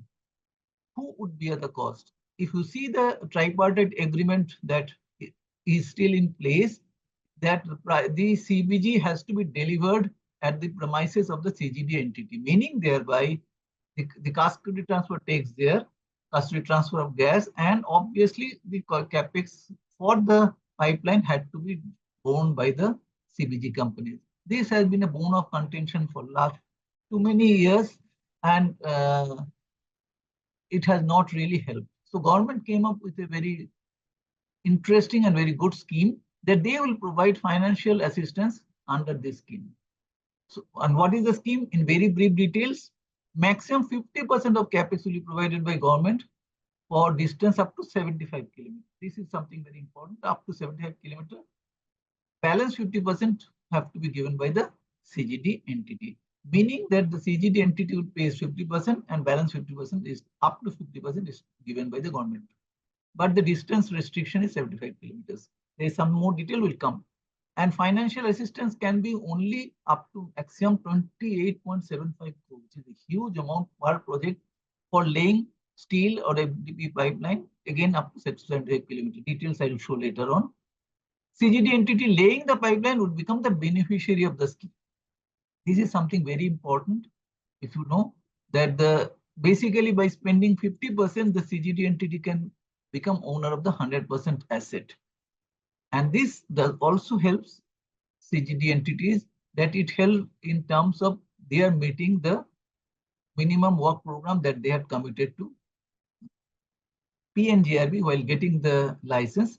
However, this was not considered. I'll try to be very briefly explaining what that means. Whenever a GA is allotted through the auction system by PNGRB, these CGD entities have to quote certain figures in terms of in next 8 years, how much they would do in terms of the PNG, in terms of the CNG stations, and in terms of the pipeline in inch kilometer. Now, what this scheme says that if you become owner of this by paying 50%, then whatever inch kilometer of this pipeline also goes into achievement of your thing, which is a double bonanza for the CGD entities. It also gives a way out in case the CGD entity is not willing. Therefore, many business reasons they may not will to spend this money. The CBG producers may spend and become eligible beneficiary. The CBG entity can then spend that 50% money and they can become the beneficiary and owner of the pipeline. So this is one more objective. Next slide, please. So this is a funding pattern. You have to, I'll try to cover in very small details. This fund, how is the funding actually done? If the estimated cost per kilometer is given, then cost is verified by location and all that. What you can get is up to rupees 1 crore per kilometer for steel pipeline. This is the benchmark, up to 1 crore per kilometer steel pipeline, and 50% of that obviously you will get. If it is done through a MDB pipeline, if the pipeline that you are putting in or the system is putting in for connecting the CBG plant to the CGD entity is through an MDB pipeline, it will be 0.15 crores, 15 lakhs per kilometer. And 50% of that you can get it, financial assistance. I have said that in the first session was about 75 kilometers. So this is now split into two parts. Up to first 50 kilometers, you get the 50%. So against 1 crore per kilometer, estimated cost, which is subject to verification for each particular project, you can get up to 50 lakhs. For the MDB pipeline, similarly, you get half of the cost. These financial assistance, if it goes from 50 to 75 kilometers, then the cost comes down considerably. Against 0.5 crore for steel pipeline, it comes down to 0.15 crore per kilometer. So additional from 50, additional over 50 up to 75, you get at 0.15 crore. Next slide, please.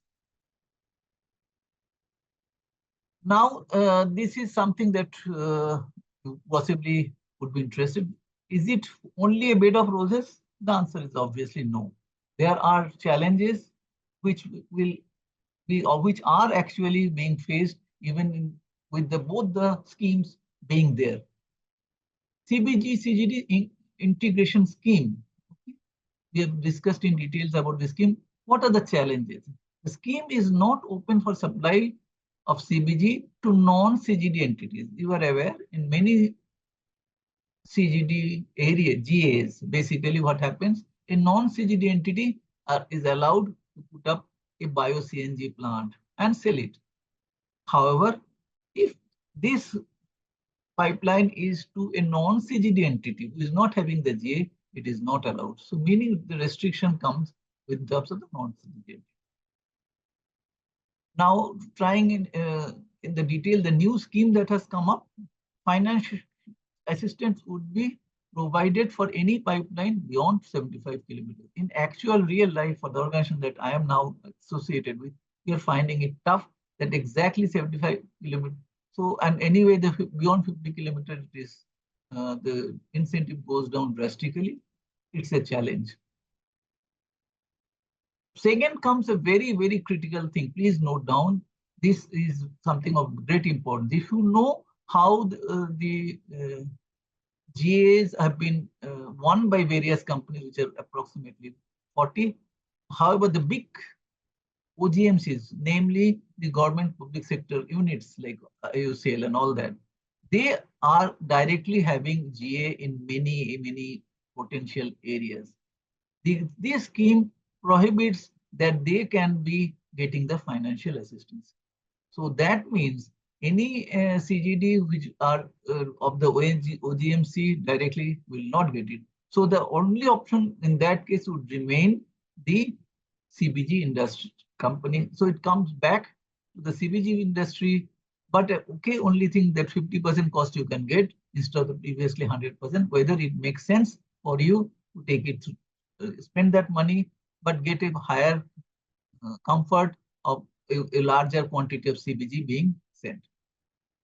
CBG plant would have to, again, another new spanner has come.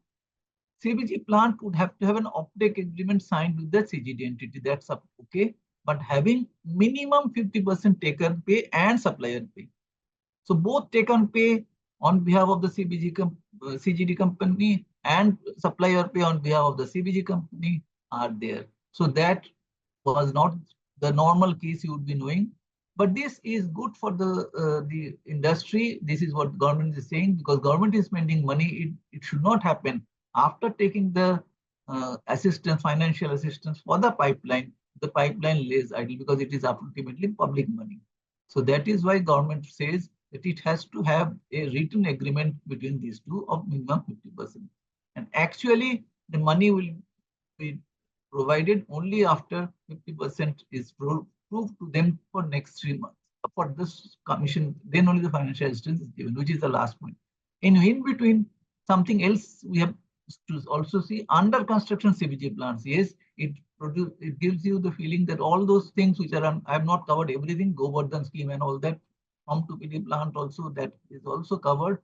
Commission plants are also covered under construction. So plants that have not been started yet but are under construction, planning, and you can still do it, you've got still time. So still 30th of September 25, just over a year, if you can complete 25% physical progress, then you qualify for this scheme.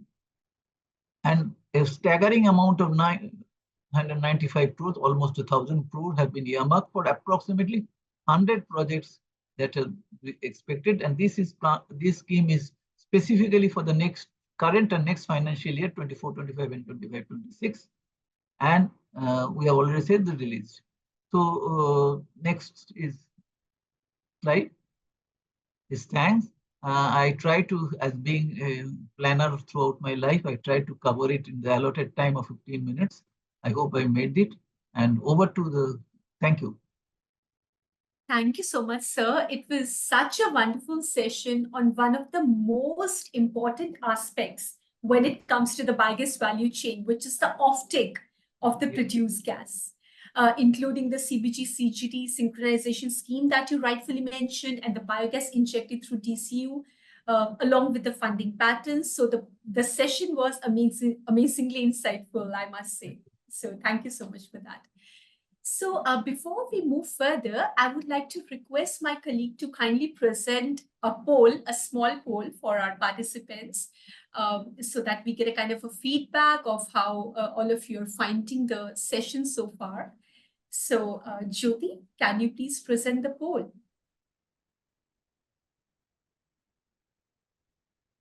Right. So requesting all the participants to kindly respond to the poll.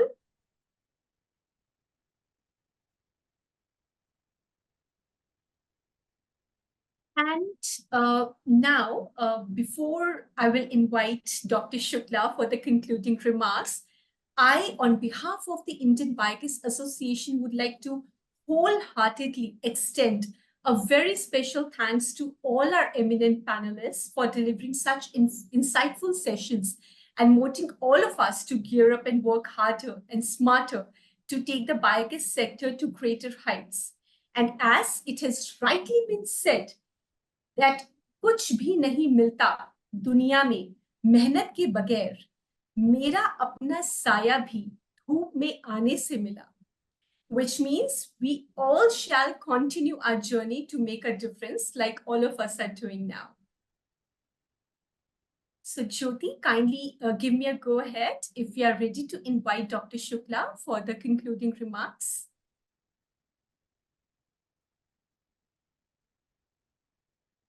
Yes, we can proceed further. Wonderful. Thank you so much. So now we have Dr. Shukla, who superannuated as Advisor Bioenergy in the pay scale of Joint Secretary from the Ministry of New and Renewable Energy, Government of India, New Delhi in September 2011, and he had about 29 years of service in total. And if we talk about his total work experience, it spans for more than 43 years in policy, planning, and developing R&D projects on renewable energies at national level, as well as in creation of dissemination programs and their implementation, the creation of standards and participation in country-wide monitoring efforts. He is currently heading Indian Biogas Association as our president. Over to you, sir. Good. Thank you very much, Mansa. And it's really a wonderful session which Indian Biogas Association has organized today. all the inputs were very, very valuable for the sector. The old giants of this sector, when the Satat was launched and the journey it has taken, and very honestly, Santanu has mentioned that the achievements what we expected in 2018 are far beyond the expectation. So far lagging behind the expectation, and therefore many things have been done by the government and also all the concern involved in this sector. They have been continuously helping so that the things become better and better. So now today, the inputs which we got from different organizations or the different types of verification units, and also the raw material in the form of Napier gas, and processing the fertilizers from Bhima Shankarji for different category, liquid, solid, and also the bulk utilization in the fields. So it all have become very, very valuable input for us and for the entire sector. Now, what I thought that the input which is very important for such a sector is that in contrast to the petroleum, or for that matter, the renewable energy sector in terms of wind energy and solar energy, this is all, it's totally entirely different from the angle that we don't have the bulk input available. Input is highly decentralized and it is also seasonal. And that is how we have to integrate, and Santanu has said that he has been all along the policy planner and visualizer for this sector. So therefore, we have to see that how the entire integration can happen. And therefore, one good word which we have been using after having meeting with the Ministry of Fertilizer is that the aggregator. Now, the aggregator is one which I mentioned in the beginning with Bhima Shankar, you were chatting with him, that the aggregator of fertilizers, of improved fertilizers, having the standard for that, which NDDB has done through MIDA. So therefore, the aggregator of the standardized fertilizers as far as the fertilizer is concerned, and the integration of the aggregation of the gas also by as per the Bureau of Indian Standards standard mentioned just before, both the ones for the plant installations and also for the biomethane. We have been having the meeting on 24th itself to increase the on the BIS forum, the subcommittee, that how to increase it from 90 to 95% at 24th itself.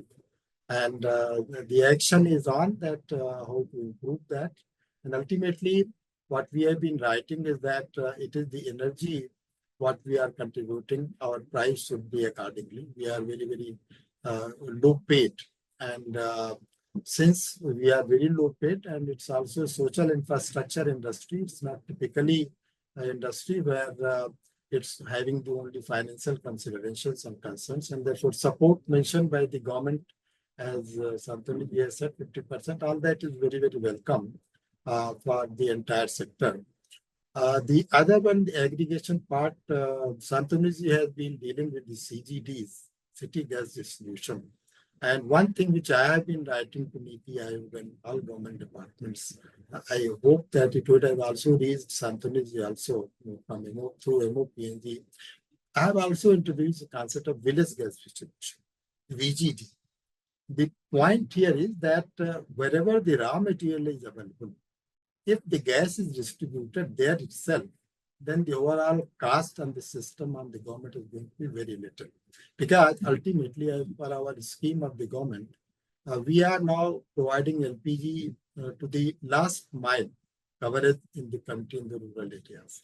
So if the clean gas availability is getting ensured as per policy by the government, then the gas available at the village itself, why not to make a system and mechanism by which it is available there, and whatever is surplus, then that we have the taken it back to the central location, process it properly, and then use it for different purposes, including for the hydrogen production with Malhotra ji. So Shantanu ji, you have been in this sector for very long. What was occurred to me just now while all these presentations were going on, that S2S and the moisture is very, very big culprit as far as the pipeline carrying of the gas is concerned.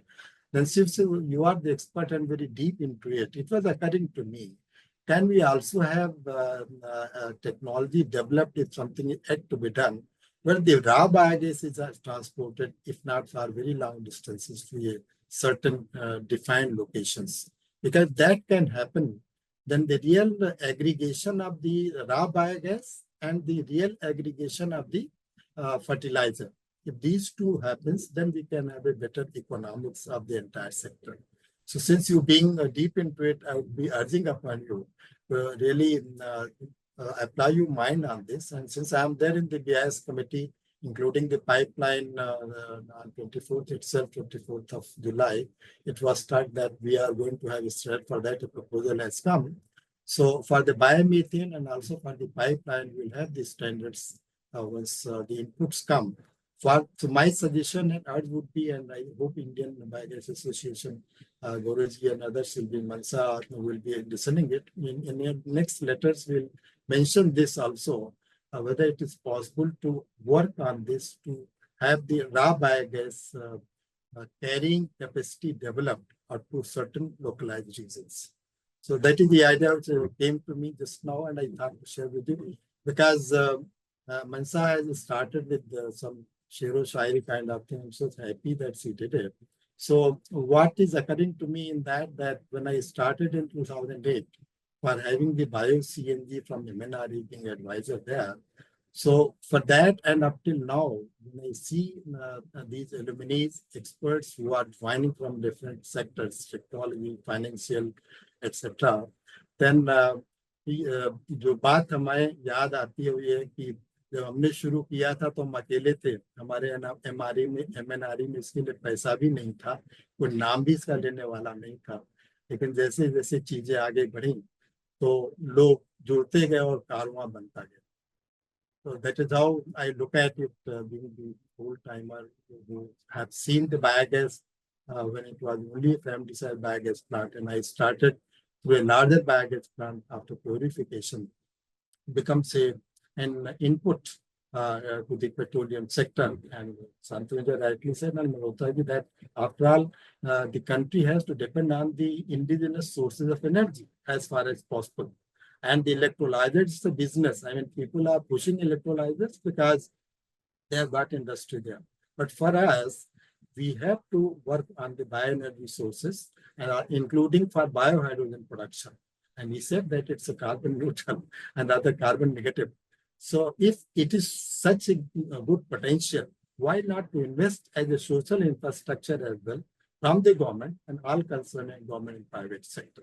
So thank you very much, all the participants, all the panelists, and all the persons who are involved in this webinar today. So thank you very much. Over to you.